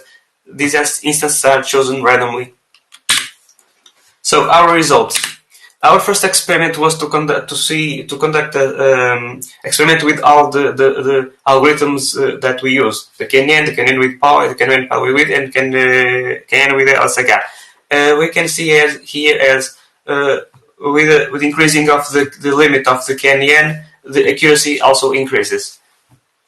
So here we can see that KNN, the default KNN, the normal KNN, was the best one for the limits, the lower limits, but they are very close the numbers of accuracy in the higher limits.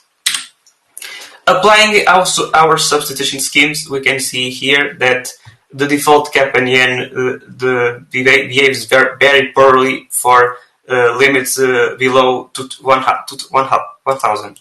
So we can see that how our limits provide an improvement of accuracy in almost 50% for the first limit, which was 100, and for the limit to 1,000 for front, we can see that our methods approximated very with the default KNN. We also compare our approach with the other KNN algorithms. So here is the representation of our results.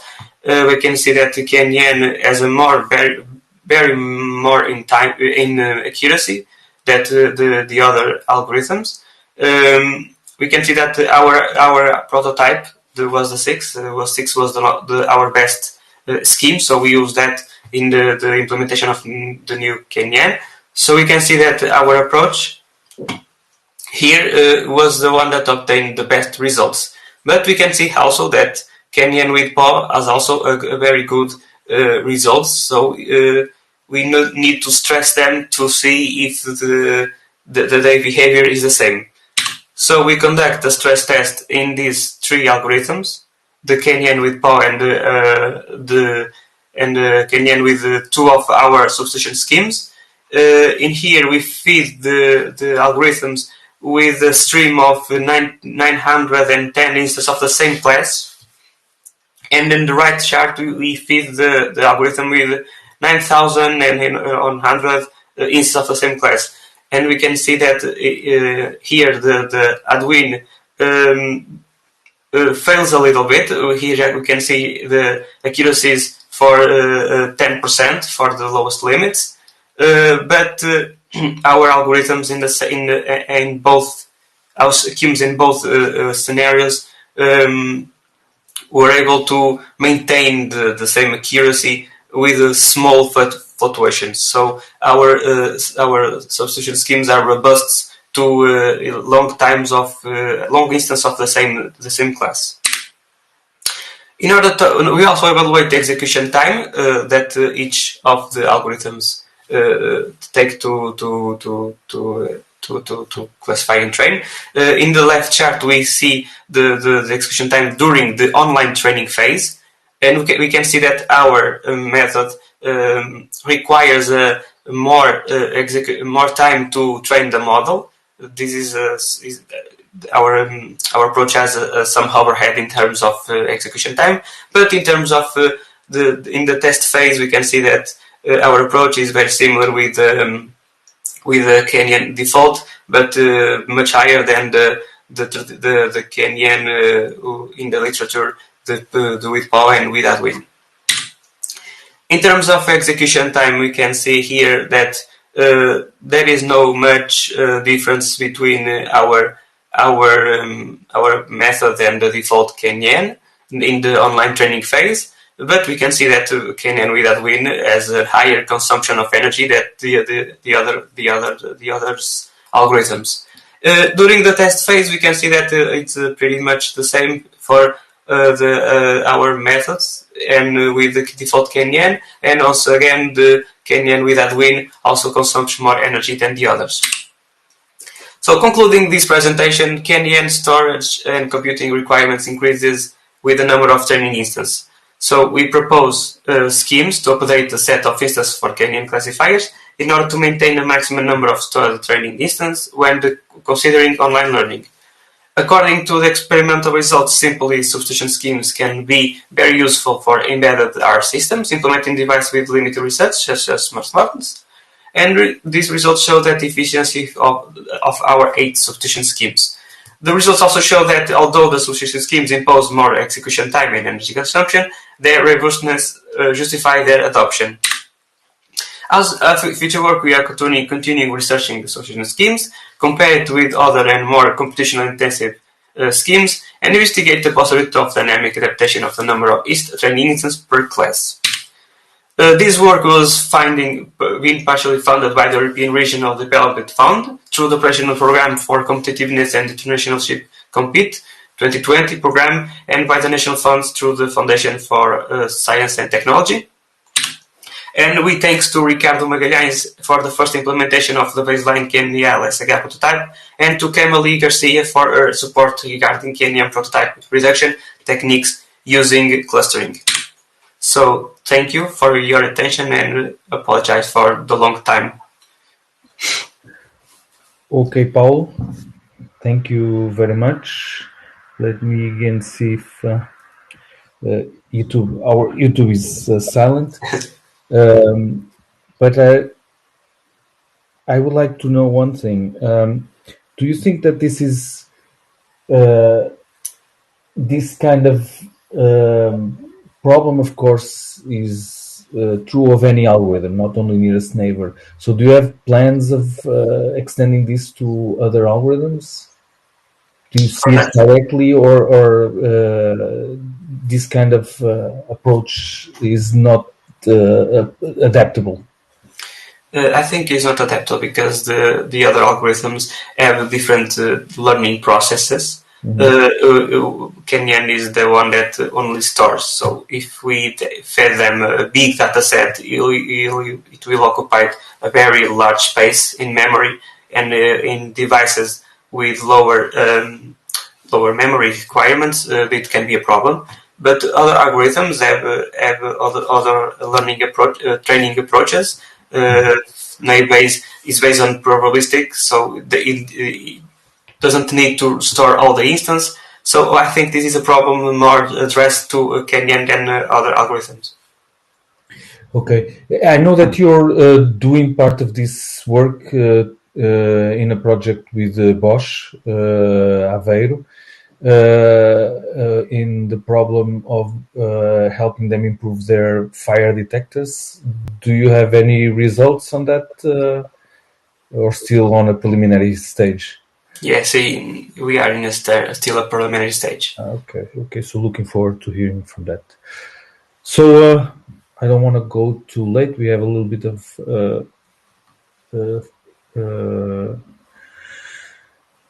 time, but I think we should move to the next talk. Thank you very much, Paulo, and Thank you.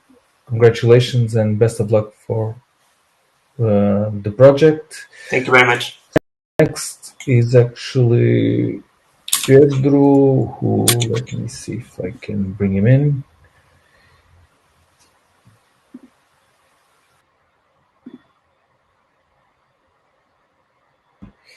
So the first pieces of work we have presented are mostly published in conferences, but Paulo's work and now Pedro have actually been published already as journal papers, which of course indicates additional maturity of the work, and of course it's something we promote that our students do. So Pedro, whenever you're ready, please yes, share. I'm ready. Let me just see how this works. So I guess probably this one. Let me try this one. No, I don't think I've done. Yes. Can you see my slides? Yes, now in presentation mode. So whenever you're ready, please in go presentation ahead. mode? Yes. Okay, probably I chose the wrong. Not anymore. Now it's in development mode. Now it's in development mode. Okay, let me try again. Is in presentation? Now it's presentation mode. Okay, thank you very much. So I'm going to present this work called Implodes, a framework to interpret multiple related rule-based models, which is a journal paper published about months ago in Expert Systems, and it's authored by myself, by João Mendes Moreira, and by Carlos Soares. So I'll start by covering our motivation, which is the problem of global interpretabilities with multiple models. And then I will present a possible approach to it by combining multiple models and present some related work in this area. Then we address the problem as a framework named Implode to sequence the process of combining models, and then present its application in a case study at the University of Porto, and finally draw some conclusions and possibly some future work. So first things first, what is interpretability in machine learning? Let's try to define this using two definitions. Well, according to these authors, it is the degree to which a human can consistently predict the model result.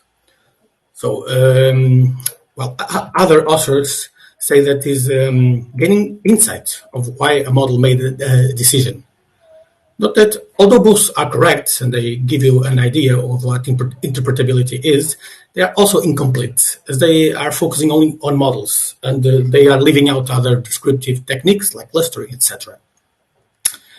It is also important to look at one definition of interpretability, which is the distinction between local and global interpretability.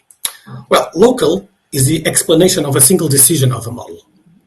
A common example that is always given in this context is to explain why a particular loan application was rejected. Well, global is the ability to read a model, to understand every decision it makes. So when one is able to understand the whole logic of a model and follow the entire reasoning, leading to all the different possible outcomes. So this is kind of looking at the model and understanding how it works, how it does the predictions. So now, of course, the question arises of how to obtain interpretability. Well, to answer this question, we have to distinguish between two families of models called white box models and the black box models. So as the name implies, white box models kind of let you inspect the model in order to understand how it works. I'm showing here an example of a decision tree in which it's quite easily readable, and you can follow the model and see how it gets to any of the predictions. For this reason, these are, in this context, called intrinsically interpretable models, because they were designed to be interpreted. That was the main idea. Contrarily, black box models have their complex or hidden logic that makes them kind of unavailable for inspection, at least not easily. Still, interpretability can be obtained if you use a white box model, again, as a surrogate model that attempts to mimic the behavior of the black box model. So it attempts to make the same predictions or almost same predictions as the other model, but in a way that you can understand the model. So in this context, these are also known as post hoc models. And there is a measure called fidelity that kind of captures how good is an interpretable model, in this case a surrogate model, in the mimic of the behavior of a black box. So how good is the model in doing its job of imitating what the black box model does.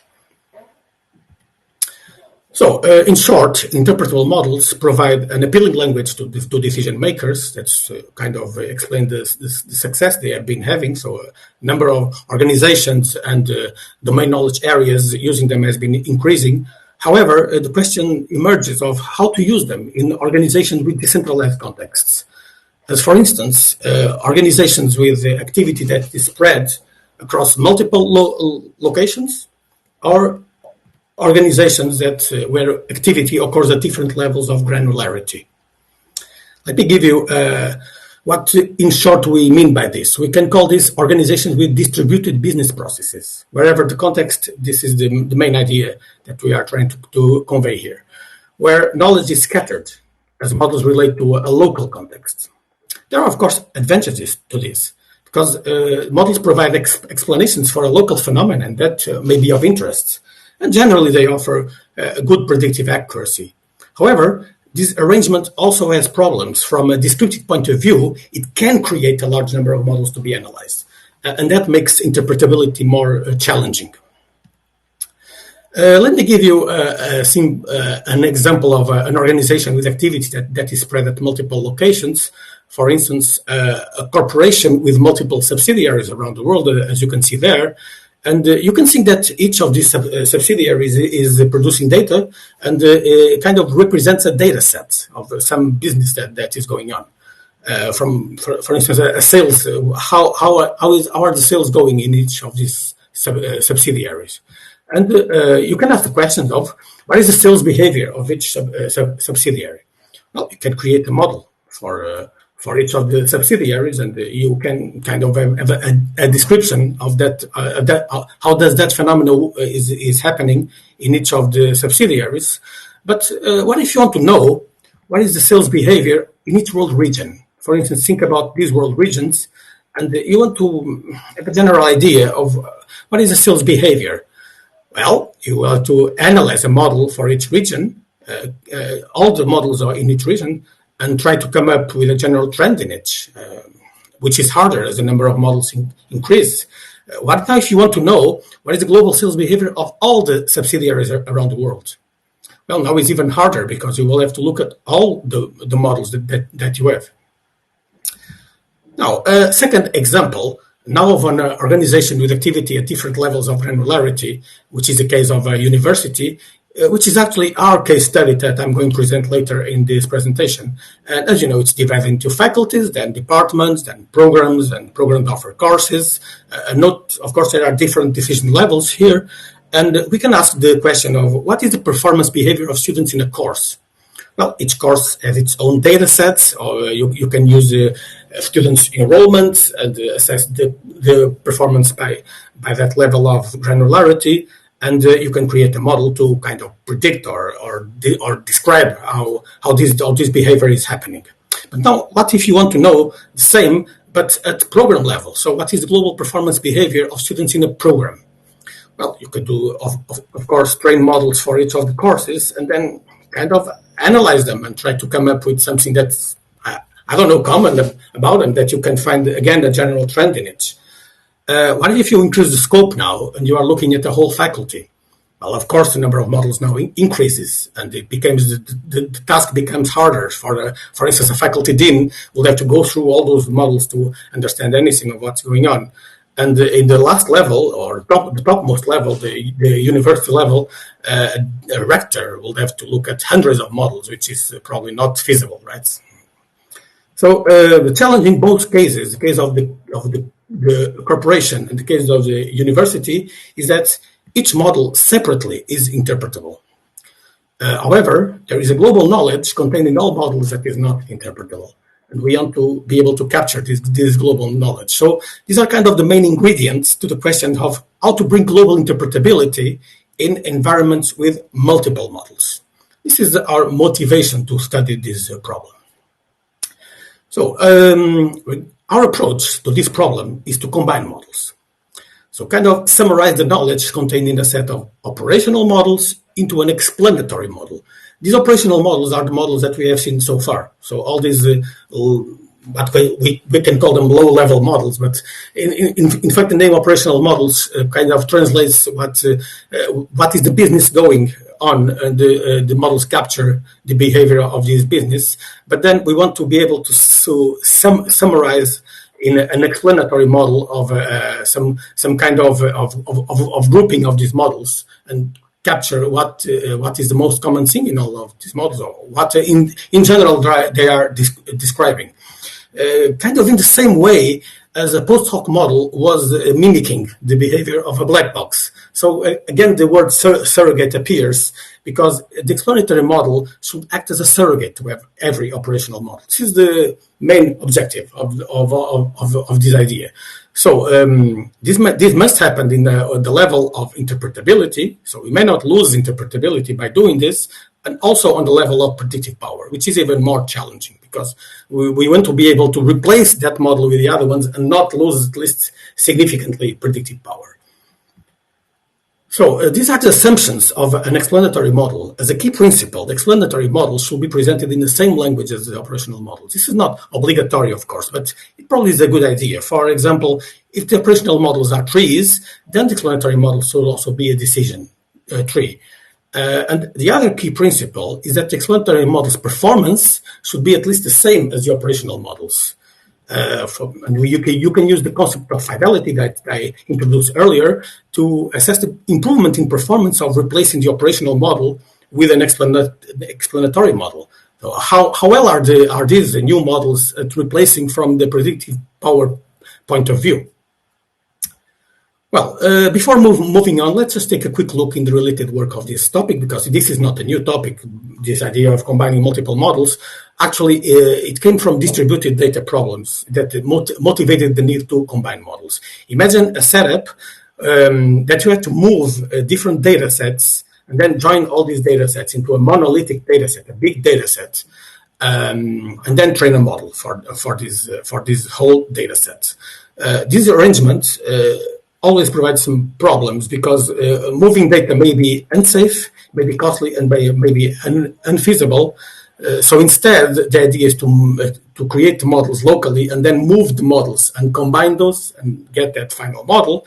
But if this first problem didn't arrive, you may end up with a too much big data set, and there may be not enough resources to train a model. At least in the time when this problem was framed, maybe not so much of a problem now, but a few decades ago this was a problem. And so again, the idea of combining models came as a solution for this. So what you will do is that you will break down the data set into as many parts as you were able to then create individual models, and then in the end combine those individual models into a single model. Well, in terms of approaches, there are two major categories of approaches. The analytical approaches, which take all those models, break the models into its parts, its rules, whatever, and then reassemble some new model from all of those parts or some of those parts using some kind of a combination technique. On the other hand, you have the mathematical approaches, which take all those models and apply a function using all models at once, and in which the result is immediately a new model. Well, our framework fits in the analytical approaches category, and I'm going to present it next. So the implode framework takes the data sets, for example, from in the corporation example, a subsidiary, on the university example from a course, and we can, of course, train and evaluate the operational models, and each will have a performance measure.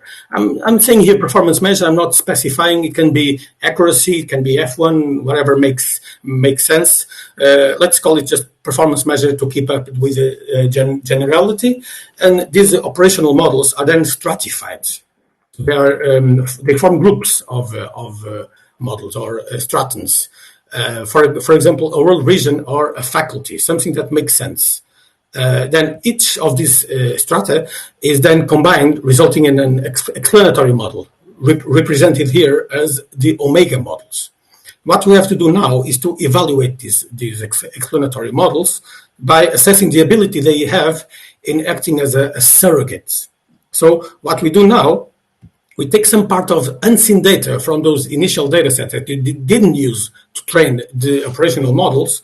We take the performance measure of those operational models, and then we have a new performance measure of the explanatory models, measuring what are the differences.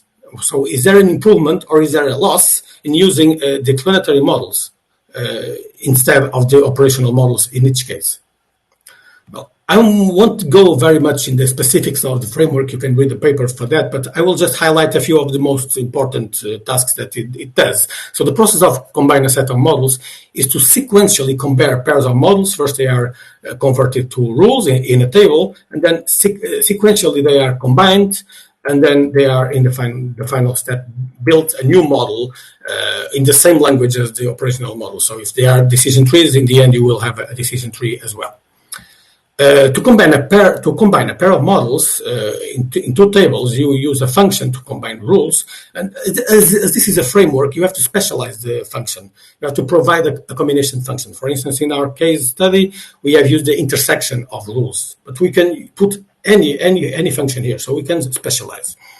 Then we have another function to resolve conflicts when you have the same decision space, you have two rules that are predicting different things. So you have a conflict there, and you have to decide how you're going to solve this conflict in order to choose which is the prediction that stands. So again, you have to specialize by providing a conflict resolution function. And in the end, you're going to attempt to have the most simple table you can have. So you're going to join the rules and kind of simplify your table. So again, you can specialize by providing a table minimization function. And also you can have an outcome where there's no table generated because they are in, if you are using intersection to combine the rules, they may be in decision space that are not interceptable. So nothing in common with those. Now, applying this approach, we can revisit previous questions and maybe try to come up with some answers. So what is the sales behavior in each world region? Well, we will combine the models of each region. And of course, we'll have to evaluate them. As for the question of what is the global sales behavior of the subsidiaries, well, again, we combine all the models into a single model and then evaluate it. We can do this in two steps. You can really combine the whole models or combine the previously combined models. And you can do either way. Now, coming back to the university example, to answer the question of what is the performance behavior of students in a program, well, we will combine models from the courses in that program and come up with a model that represents that program. As for the question, what is the global performance behavior of students in a faculty, again, you use the same idea and combine all the models from that faculty. and in the end, in the topmost level, what is global performance behavior of students in the university? You could combine all the models. Again, you can do this in two ways. You can combine all the operational models, regardless of the program or faculty, or you can do this level by level, so combining the previously combined models. So this approach was tested in one case study in the University of Porto to predict the students' performance, where decision trees were created for each course to predict at enrollment time whether a student passes or fails the course. We came up with 730 models that were combined according to specific stratification and ordering criteria. And for each criteria, we actually instantiated the framework 24 times, so 24 different ways of carrying out the combination process, which reflect different variations that you can take in each of those functions that I showed you previously that could be specialized. In terms of stratification, well, we actually have two criteria, which is ungrouped, just combine all the models regardless of any other criterion, or we can combine them according to the scientific areas the courses belong to. So those that you can see on the bottom. And in terms of looking at the results in fidelity, what we have here, we use the F1 measure. Now I'm going to be more specific. We use the F1 measure to assess the quality from the predictive point of view of the models, and then we measure the difference between using the explanatory models and the operational models. And what we have here is those differences in all the 24 specializations of the framework. What you can see here is that the red area shows that explanatory models that perform worse than the operational ones. So you can see that in the ungrouped case, it's almost all of them. However, in the green area, you can see the explanatory models that perform better than the operational ones. And in a particular case that I would like to highlight is this one. So you stratify by scientific areas, and then you order the models by the number of examples they use, and this resulted in the half of the models of the explanatory models are actually with a better performance than the operational ones. Now, looking at interpretability, here is an example of operational models. They are from the scientific area of computer science, 44 in total, and on the bottom you can see the explanatory model obtained by combination. Use again intersection to do this. I'm going to show you a little bit more of a closer look. Well, they kind of look similar. They are, of course, decision trees, and at this point, they have to be validated by humans to assess their interpretability. However, we can guess that if the operational model is interpretable, then the explanatory model should also be.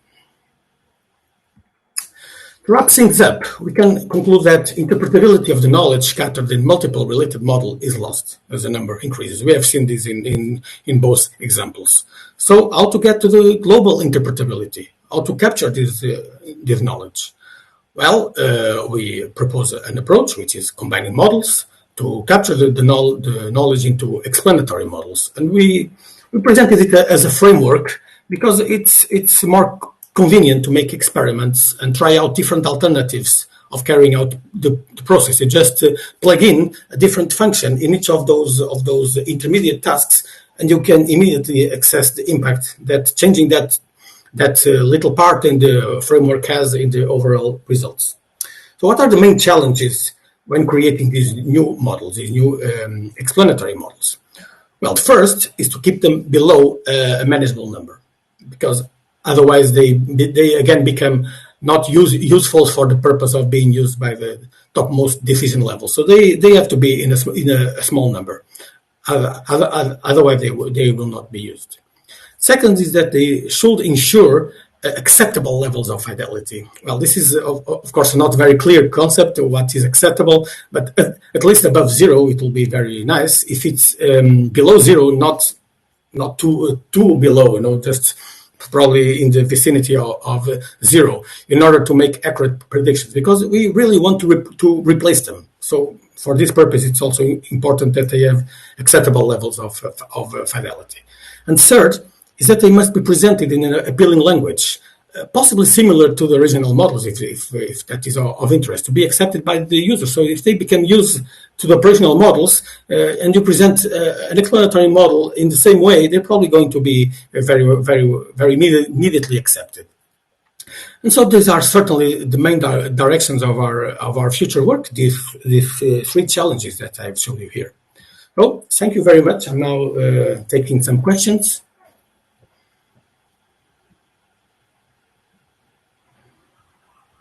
Okay, Pedro, thank you very much. Thank you. YouTube is still not talking to us. So I just have, well, we've discussed this long,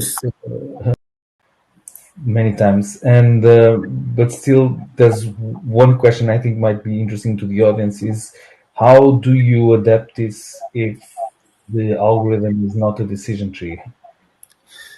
Have any thoughts on that? Well, one of the assumptions is that, of course, you have to, if you want to easily combine the rules, they must be laid out as a table. So that work of laying out the rules in a table must be always done. So you can have the original models may be decision trees, they may be decision lists or just rules laid out. But one of the assumptions is that you do indeed have to have the rules in a table. That's one of the main assumptions for this to work.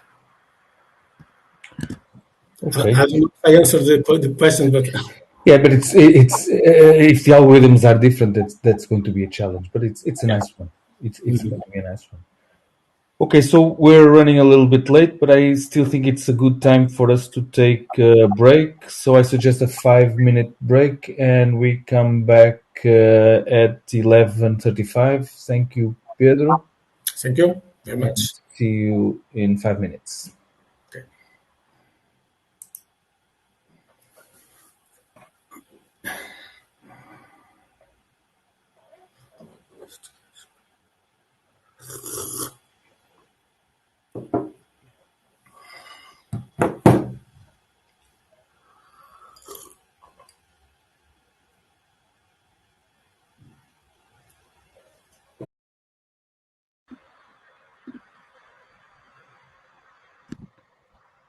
Okay, we're back online after a very short break. Yasin, are you there? Can you hear me? Okay, you raise your hand. The next talk is by Yasin Wagusi, who is also the co-organizer of this symposium, but I don't see your hand.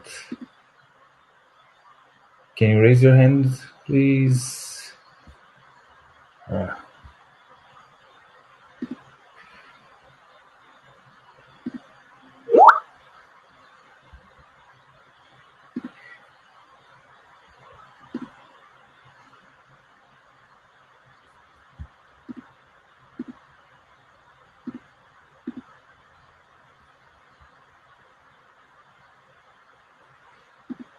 And of course, as organizer, we have more problems with his account. Audience, let me see the audience.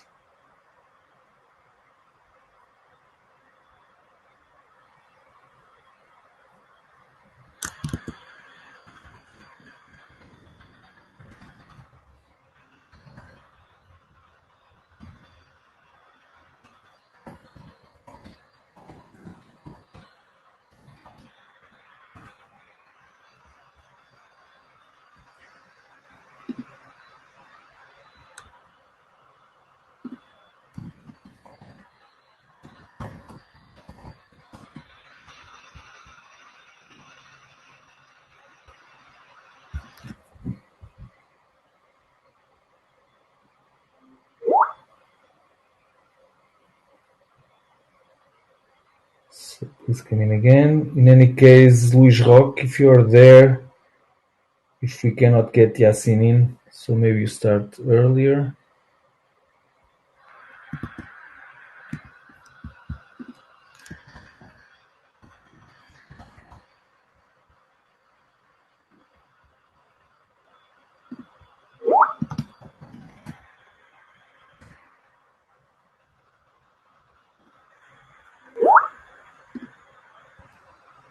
Okay, here it is. Now I can see Yasin.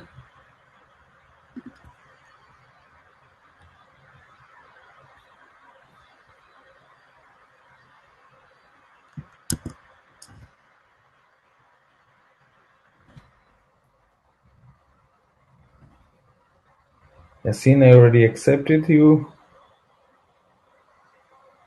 but I cannot see you. Try again.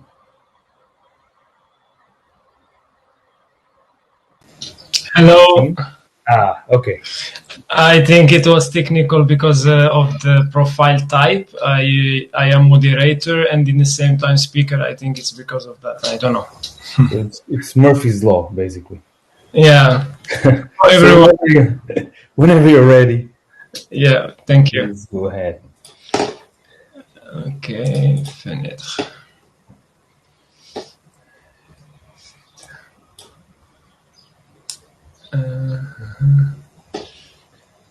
So by the way, while Yasin shares his screen, this is a good example of research that is done in collaboration with companies. Yasin is being funded by Sonai EM Labs, by Innovitel, and this work is actually done in collaboration with them.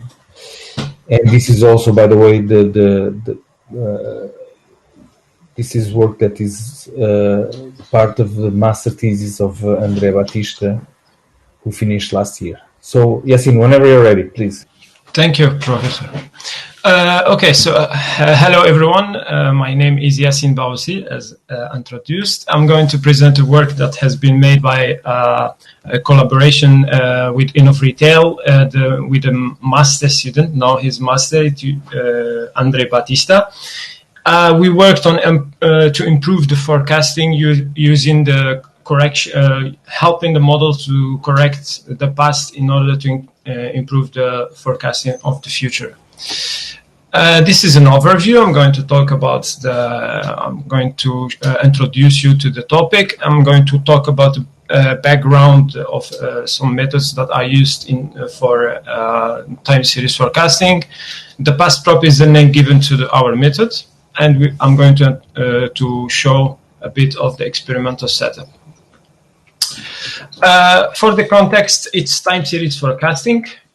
For the motivation, it was based on a retail problem that is occurring frequently, which is sometimes the sales are not representative of the demand when, for example, you have a shortage in products and so on. So if there is no sales, the demand doesn't mean that we don't have demand, and we are trying to address this problem. So the goal is to correct these anomalies. We consider them more disruptions than anomalies. And we want to reduce the effect of those disruptions from the past in the during the training. And so we can improve the forecasting accuracy. How we have thought for the first time to solve this problem is by adapting the backpropagation algorithm of an LSTM, which is a recurrent neural network, in order to, in parallel of learning or modeling the data, input data, try to find or detect the disruptions and correct it simultaneously. So as a background, time series forecasting is machine learning, which takes as an input time-ordered inputs, which is observations that are based on an order. They are connected with each other by an order. Then for traditional methods that are used, there is statistical methods, which the most famous is ARIMA. It's used or highly used, widely used currently because of its simple implementation, and you can see it usually in finance forecasting type of data. On the other hand, there is machine learning. Several literature now discusses the difference between traditional and machine learning methods, and it is said that the size matters for this to compare. So the machine learning usually require more data. So for this work, we have chosen the recurrent neural network because it's promising method, and also it helps us to take care of the method we wanted to use, which is from backpropagation, what we have chosen to do. For recurrent neural network, this is how it looks like. A's are the cells. So this is on the right, we have the type of LSTM. It's a type of recurrent neural network, which is based on a gated mechanism. This is how it looks, one cell of it. It is based, as I said, on a gating mechanism. We have forget gate, input gate, and output gate. What it had to, why did it develop as so, the RNN? Is because of some problems that occurred during the time that the data size has been increasing and the sequence is getting long. There was a problem that is commonly known as a vanishing gradient, which is as the sequence gets longer, the model starts to forget the model is not able to remember the first or the initial observations. So some researchers, they have introduced forget gate so that we can forget and remember the important observations that are useful for the forecasting. So this algorithm works with the backpropagation, which is the main algorithm used to optimize the weights for it. So for each gate, we have a matrix of weights that are updated at each timestamp in order to get the error at the end optimized. So the problem here is that the algorithm is taking the data as they are. So we are trying, or the model is trying to model the data without taking into consideration any problems on it. So as we assume that these models are not intelligent, but they memorize on the network and based on the weights, of course, the mapping or the model the patterns in the data. So what we want to do is to give a hand to this LSTM in order, a hand to during the training find problems and solve them. So here it goes, the passprop method. So the main idea is to have we don't stop at calculating the derivative at the gates, but also continue to have the portion of responsibility of the data. So we continue computing the derivative from the hidden input to the observation, which is xt here in this figure. So when we compute the derivative, we take from the hidden input, we take the part of the observation, and we assign it to the observation of that timestamp. We call that deltas. I will explain it later. So here, when we compute the derivative, we continue one step ahead to get the derivative from the input observation. And as you can see here, the model takes as hidden input the observation, the previous hidden input, hidden state, and the bias. So we just take the part of the observation, the xt. We have developed several variants in order to test the approach of adapting the backpropagation. We have used the first method was to let the vectors of correction. So we produce corrections based on the training, and then at the end of each epoch we apply the corrections. So the vector of corrections is assigned to the observations.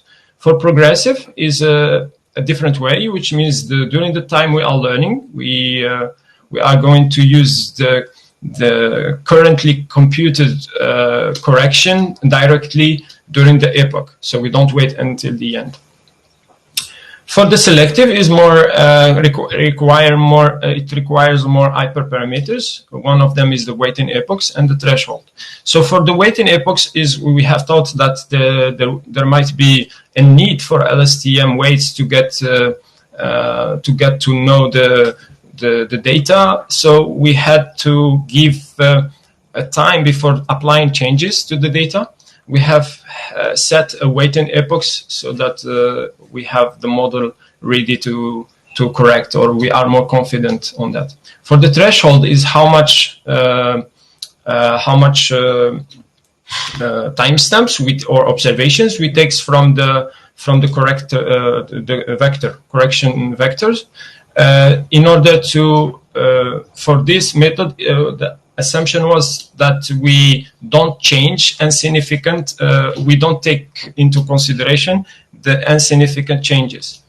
So in this example, for instance, we calculated the score of each timestamp, corrections for each timestamp, and then we select, based on the threshold, the fourth max scores.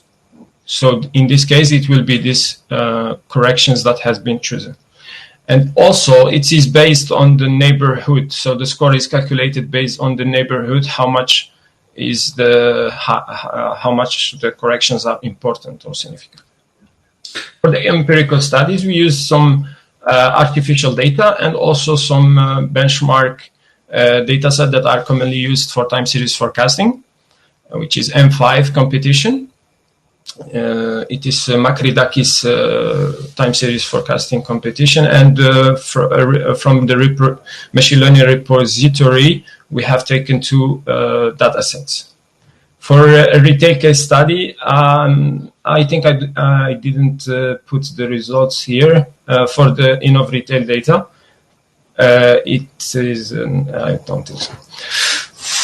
Okay, so we have, in order to test the method, we have inserted anomalies in the data manually. So, I mean, by the anomalies, they were not present on the data.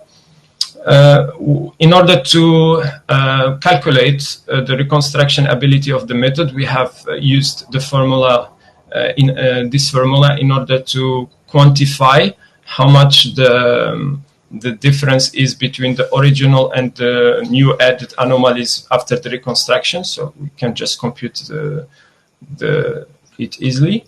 For the questions, so we have compared the forecasting accuracies of PassProp with the baseline LSTM and ARIMA and other statistical methods. Then we have we had to check to compare the PassProp versions or the variants with the that was the first. Yeah, so to compare how efficient or beneficial is the corrected data for the other algorithms. So we give the corrected data to ARIMA and LSTM, which is the standard LSTM, and compare if this the corrected data is beneficial for these methods. We have used these hyperparameters for the epochs and for the data correction rate, which is a PassProp hyperparameter. For the test data, it was set for all the experiments. We have used 7 timestamps for prediction. For the results, okay, so for the first question is how good is PassProp at reconstruction anomalies. So this is for artificial data. The green is the reconstructed data, the orange is the anomaly, the signal, and the blue are the truths. As you can see here in the left, we have the green trying to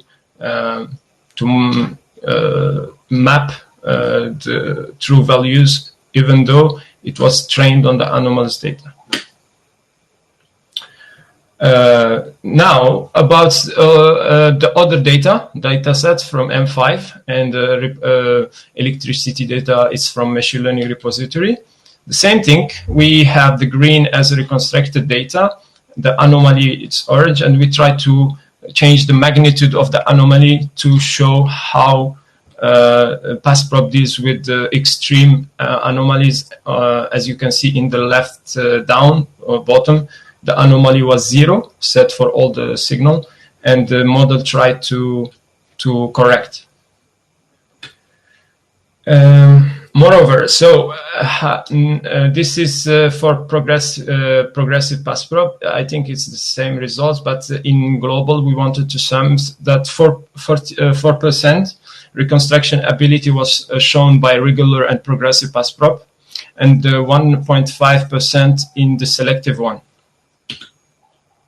For the accuracy improvement over LSTM, we have found that 9% PASPROP, regular PASPROP, was better than LSTM. For progressive, it's around 13% for this experimental setup. With non-anomalous data, we can see how or compare with anomalous and non-anomalous, which is basically the without PASPROP. Again, here the difference, or how the forecast was by LSTM and PASPROP. As you can see here, the PASPROP has tried to map the scale of the data. So we can see that when the data were reconstructed by PASPROP, we see the improvement in PASPROP, in the forecasting, sorry. Also, as the third question was to test whether the reconstructed data is beneficial for ARIMA and LSTM. We find out that for ARIMA and LSTM, we did not benefit, which is to say that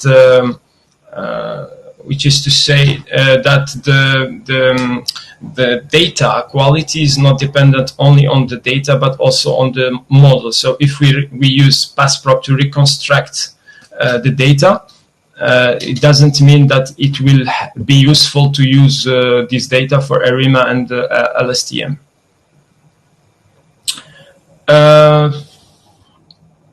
This is a type of reconstructed data.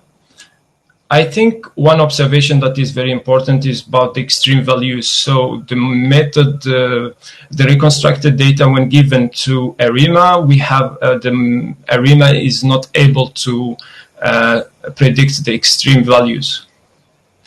As a conclusion, as I said, the data quality depends not only on the data itself, but also on the underlying machine learning model, which is what we have concluded at the first. Then, giving LSTM models the power of changing the data has shown that to be beneficial for the accuracy or prediction accuracy. These changes that we do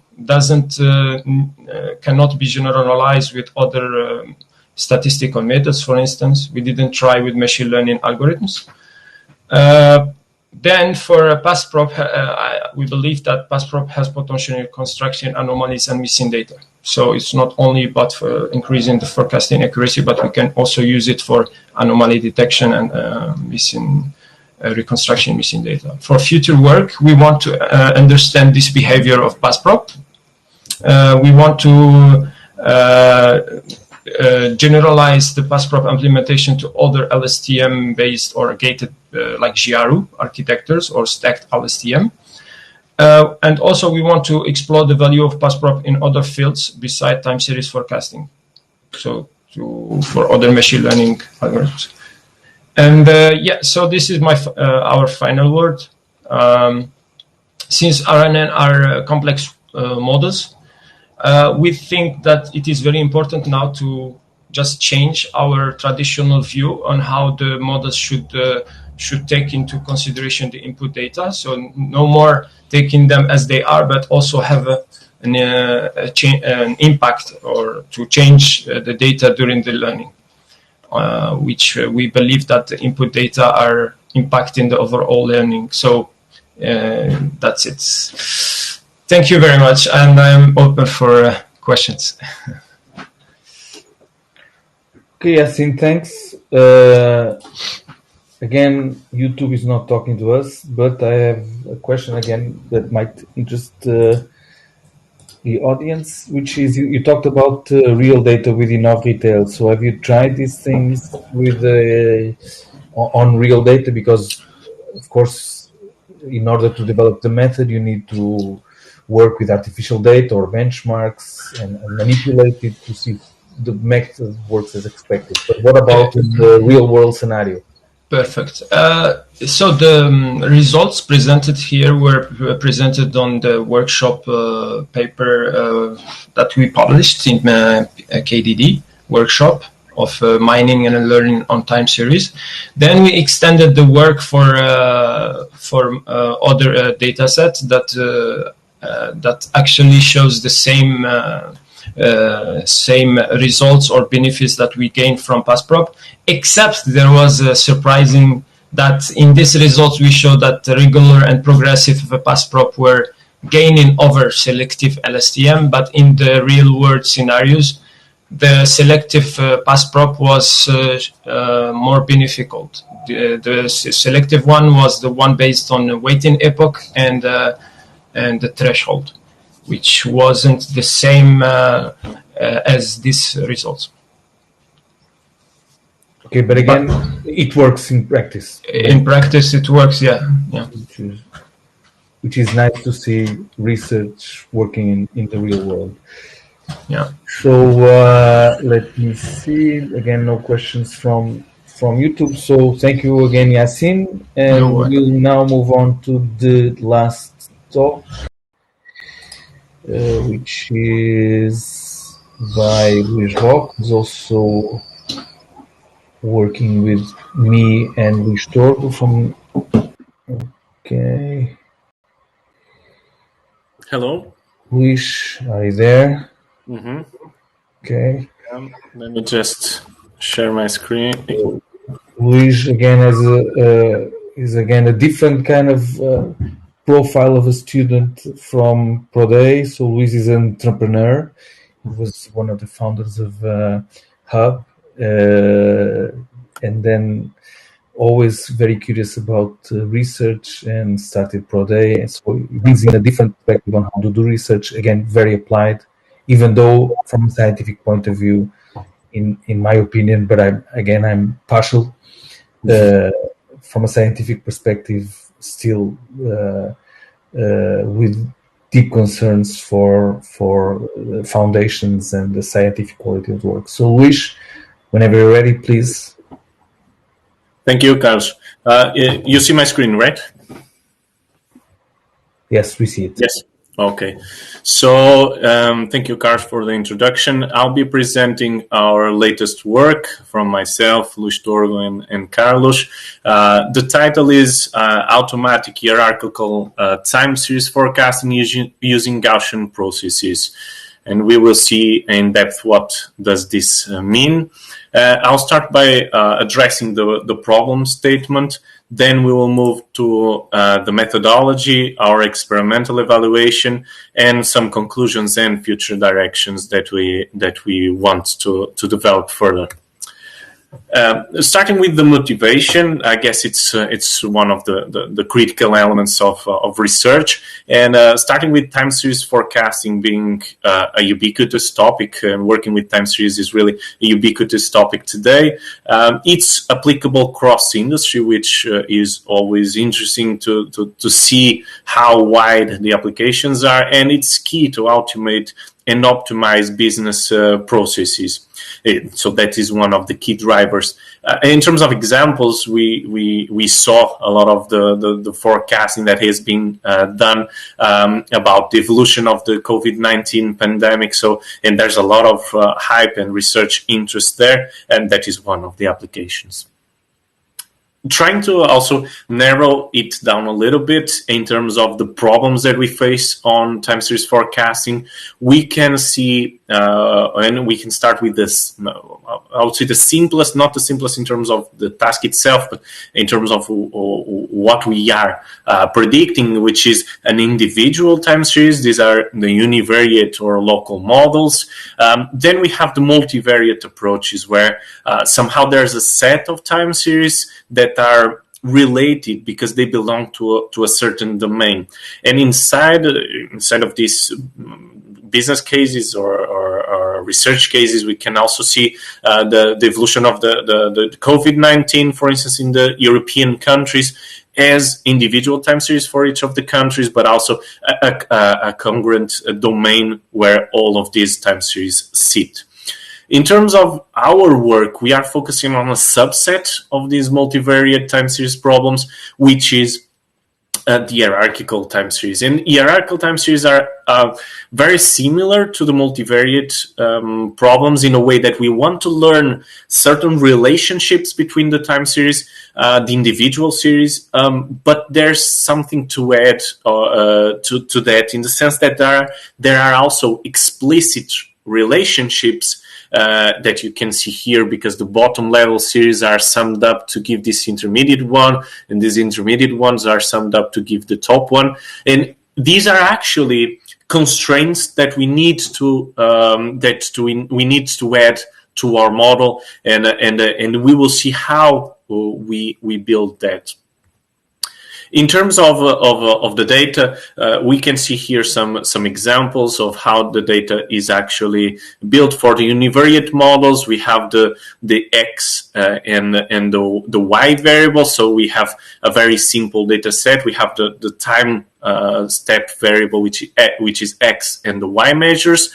In multivariate cases, we have one x variable for the time steps of our variable, and then we have several y variables that are measures taken across different elements of that we want to generate measures by.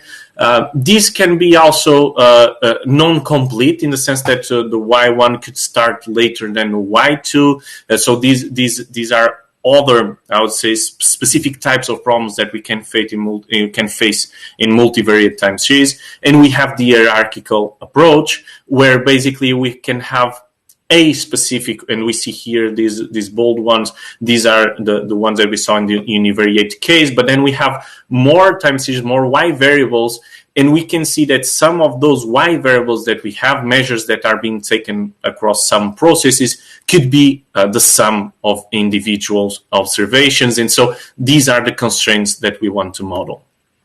In our case, the hierarchical or group structure, we see that we are working with regular frequency, so we are taking observations constantly through time. We have this multivariate problem. There's more than one y variable, and we have this hierarchical or grouped structure. And we saw the hierarchical structure in a way that is very clean. So we have these two series being summed to give this one up here.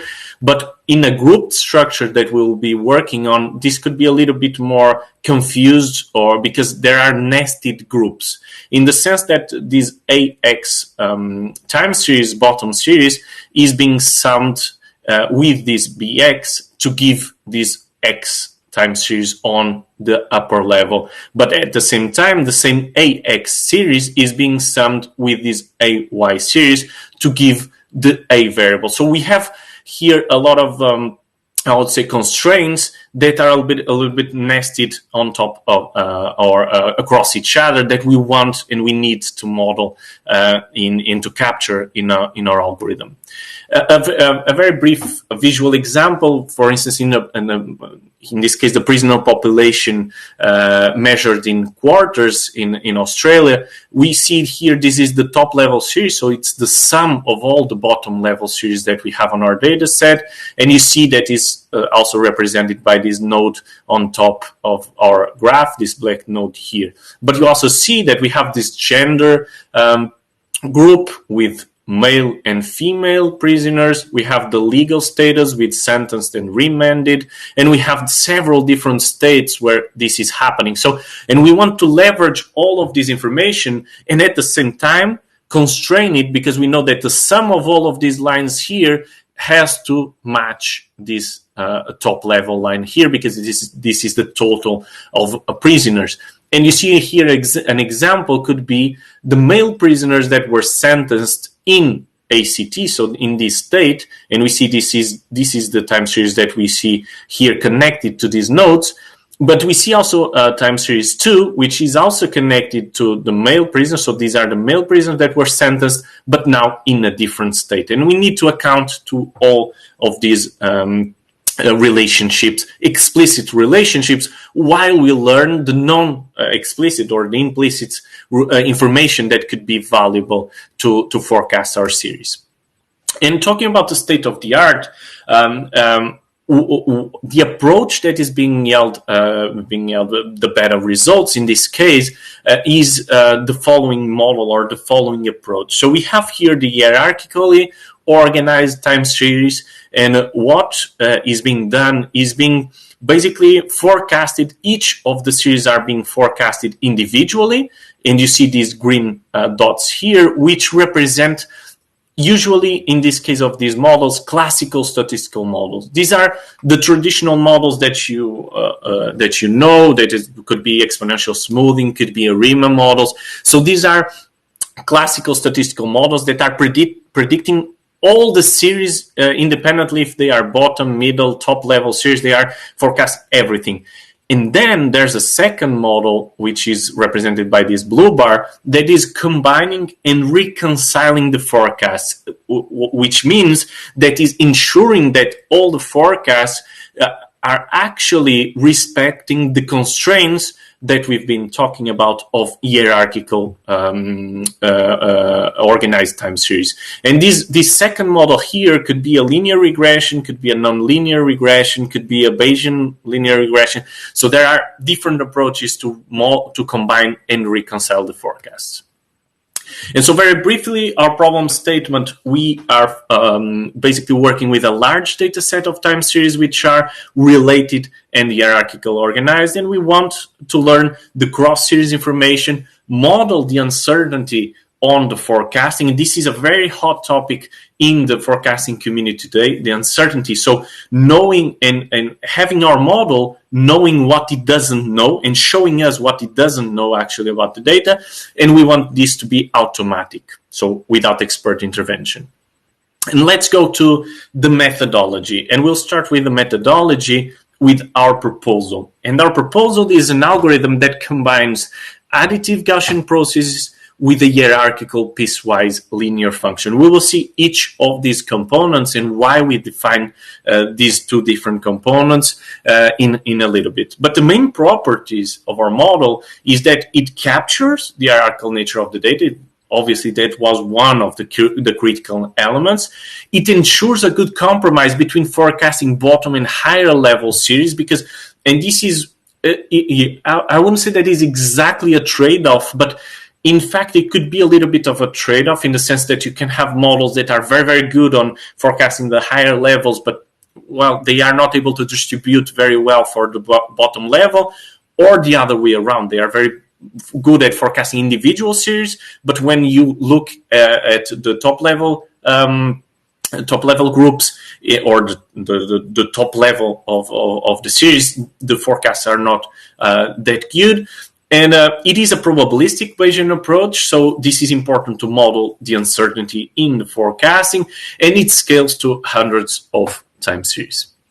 And this is a picture of how our model is set up actually, and I'll give you a brief idea. The green circles are representing the Gaussian processes that we define by group of the data. And so this ensures that on one side we don't need to fit individual Gaussian process to all the series, and because they are computationally expensive, and at the same time it is basically learning the group relationships as the main focus of these Gaussian processes. In the other direction, we have these piecewise linear functions that are actually learning each individual series behavior. And so what we wanted to build here is this hybrid model where we are combining a more global approach with a local approach. So we have these local models fitting individual series, and we have these more global approaches learning the interactions between each series across the different groups. And because we have this set up, or this algorithm built like that, this bottom-up, we can use just a simple bottom-up strategy to really sum up our forecast and respect the constraints. Because the way we set it up, our model, it will capture all the nested relationships and the information on the groups, but also on the individual series. In terms of related work, I'll be covering very, very briefly. It's just for you to know that Gaussian processes are used in univariate time series forecasting. What we did here was adapting to a hierarchical time series formulation, also selecting the kernels to be able to generalize the kernels that are used in the Gaussian processes to be able to generalize our approach to different time series problems. And we will talk a little bit about how we decide to use this Gaussian process to learn the stationary components of our model. In terms of the piecewise linear function, they are actually used also for individual time series, so for univariate time series forecasting. In this case, we use this as a local model, as a local method in our hybrid algorithm. And also we define a hierarchical prior structure. This is a very Bayesian thing to do, to learn all the group level information that was basically nested in this in our data set. And from the hybrid deep probabilistic models, we brought that global and local perspective. So this idea of hybrid approach, we got it from these hybrid probabilistic models that are being developed in the research community today. And now that you know where everything comes from, let me just talk very briefly on how we set it up, each of the components. In terms of the Gaussian processes, we define this additive structure, and we wanted to basically learn the stationary components of the time series with the Gaussian processes. So the non-stationary components we'll talk afterwards. The stationary components we want to learn with the Gaussian processes. And so, we have here the seasonality, irregularities, and noise. We are learning with the Gaussian processes. And to learn that, notice that we defined, and I told you that we defined a combination of kernels that were able to generalize our approach to different time series problems. We don't want to be focused on a very specific application, so we needed something that was able to generalize, and so we choose kernels that were able to give us that. In this case, the squared exponential kernel learns the irregularities, the periodic kernel learns the seasonality, and the white noise kernel learns the noise in the data. Another thing is, let me just talk a little bit about the additive component of the Gaussian processes. Notice that we have that structure that we saw before, this nested structure, and it's called additive Gaussian processes because for each series, in this case, this series 1, we are actually summing up all the Gaussian processes from the different groups where this series belong. In this case, for instance, the feminine gender and the W state, we are summing them up. The piecewise linear function, it captures the non-stationary components. So you know that usually there's a lot of models in time series where you need to transform or add a bunch of transformation prior to fit the model because you need the time series to be stationary. In our case, you don't need that because we have this piecewise linear function which learns the non-stationary components of the time series. And one interesting thing is that because it's a piecewise function, it can learn also non-linear patterns of the data. I already told you that we have also these orange boxes here, which represent, and this is what I said, it's a very Bayesian thing to do, is to define hierarchical priors. And so basically what we are saying is that the individual parameters that we are estimating in each of these dots are being drawn from a distribution that is common for all these individual groups. And so basically is a way also to get a little bit of more information about how the trend component, the non-stationary component, is basically is being learned from the individual, but also from the relationship between the series. And so this is the case where you see that we have the individual piecewise linear functions, and again we are adding this piecewise linear function in the same way that we did with the Gaussian processes. And this is a way to also learn how the trend is evolving in having in mind the relationship between the series and not only the individual trends of each individual series. Because remember that we are learning separately the component of stationary components with the Gaussian processes and the non-stationary components with the piecewise linear function. Going to the experimental evaluation very briefly, we used two data sets. One is the one that we saw earlier with the Parisian population, is quarterly data. And I would say that characteristic important here is that it is a small data set. And we wanted to also prove that the model works with a small data set, because today we have a lot of deep learning models trying to catch up, and they need a lot of data. And so one of the things that we want to also to show is that our model works with a small data set, but also with a larger data set like the second one, which is regarding tourism, where we have instead of 30 time series, we have 10 times more. We have a 300 time series, each one with more than 200 points. And you see here the number of groups that we've been working on.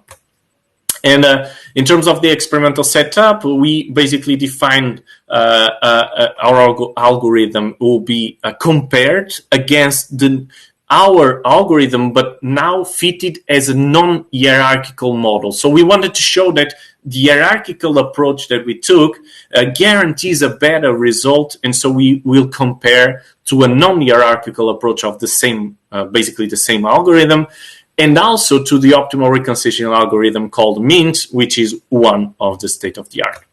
And so looking at the results, we again show that our algorithm does not require a large amount of data to be fitted.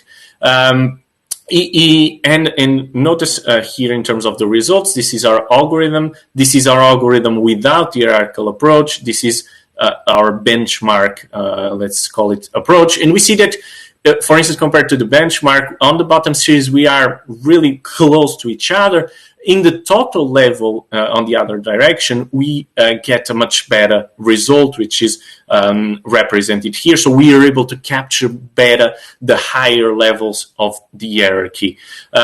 Also notice that the trend here is clearly nonlinear, and we were able to learn that also because we are using a nonlinear function to learn it. In terms of the tourism data set, it has much more seasonality, as you can see here. So we had to learn the seasonality, and that was something that we wanted also to show, that we were able to learn the seasonality, but also non-stationary behavior, as we see here in this specific group, the purpose of travel, the business purpose of traveling. We see that, again, there's no linear component of a trend component, and we were able to learn it. And in terms of results, we see that once again, we are close in terms of the bottom series. We are better on the total series, but we are close. But in some groups, we are actually can capture better the pattern. But on some other groups, we were not able to capture as good this pattern. So what we wanted to show here is that the potential of this approach that is so different from the state of the art, the potential to build this up and to build this up as the standard for this type of problems. And I will connect that with the conclusion in the scientific contributions, which is this new approach, very different from the state of the art to hierarchical time series, that we believe that could be the standard of the approaches to these types of problems. A new algorithm that combines global additive Gaussian process and piecewise linear functions. It's a single model, a hybrid model as a single model. We don't require reconciliation. It's easily adapted to non-Gaussian likelihoods, multiple seasonalities, non-integer seasonalities. It's really very easy because we are working with Gaussian processes. We can very easily change the kernels to capture multiple seasonalities, for instance, and it's automatic. It doesn't need expert intervention. Finally, in terms of future directions, we want to increase the scalability by using approximation methods, especially in regards to Gaussian processes, extend to non-Gaussian likelihoods and multiple seasonalities, and address posterior distribution correlations of the parameters, because in this case we used mean field approximations, and there's other ways to capture more these correlations between our parameters. So thank you very much for your time and attention. Okay, Luis, thank you very much. Thank you. In this case, I'm also into the work, so I don't have many questions. I'm checking YouTube, which again is not talking to us. Are there any questions from our floor audience? If not, one short question. So did you try this with the data which is not benchmarks, for instance, hub data or something? Yes, I tried with other data sets that were not specific from hub in this case of this specific algorithm, but with the M5 data set. And I think that there are more data sets that we will definitely add to our work to also show that it's really something that we want to bring to the table and to use it as a little bit of a standard to any approach. So we didn't actually focus on a specific application because we want this method to solve a little bit the problems that use hierarchical or grouped structured data. So we will definitely add more data sets like the M5 and others to our, I would say, to our work, and to show that it's able to scale to other different approaches. As somebody who has experience with real-world data, real-world demand data, do you feel that M5, a data set like M5 is realistic in the sense that is not too sanitized already? No, I don't think so, because actually it's from Walmart, so it's really from several stores from Walmart, several different products from Walmart. So I believe that it's actually a data set very useful for us to apply these kinds of models in. It's I would say that it's a hard data set to fit, definitely, because of those inconsistencies and problems like having a lot of spikes, having a lot of zeros, a lot of zeros. So cells of zero that you have to handle carefully, otherwise you'll be it is somehow hard to learn those patterns. And so I would say that is clearly a very interesting data set to learn on the opposite direction of M3 and M4, which I guess it's the type of data set is different. It's just, well, adding a lot of different data sets from different industries, from different applications. In this case, it's really, I believe it's really the real world data that you need to be challenged with. Okay, so I think there are no more questions. So we thank you very much. Thank you. And I think today we had a very nice display of the kind of research that we did, that we're currently doing at the Department of Informatics Engineering here. So from very creative musical stuff and serious game stuff at the beginning, to more boring retail stuff at the end. I'm kidding, of course. I really enjoy this, as you can imagine, but gives you an idea of the kind of broad kind of research that we do at the department. So if somebody has questions about the PhD programs, not only ProDay, but also the digital media and informatics PhD, please let us know. And I think this is time to close. Thank you all the speakers, and see you soon. Thank you, Carlos. Bye-bye. Let's see if I can close this correctly.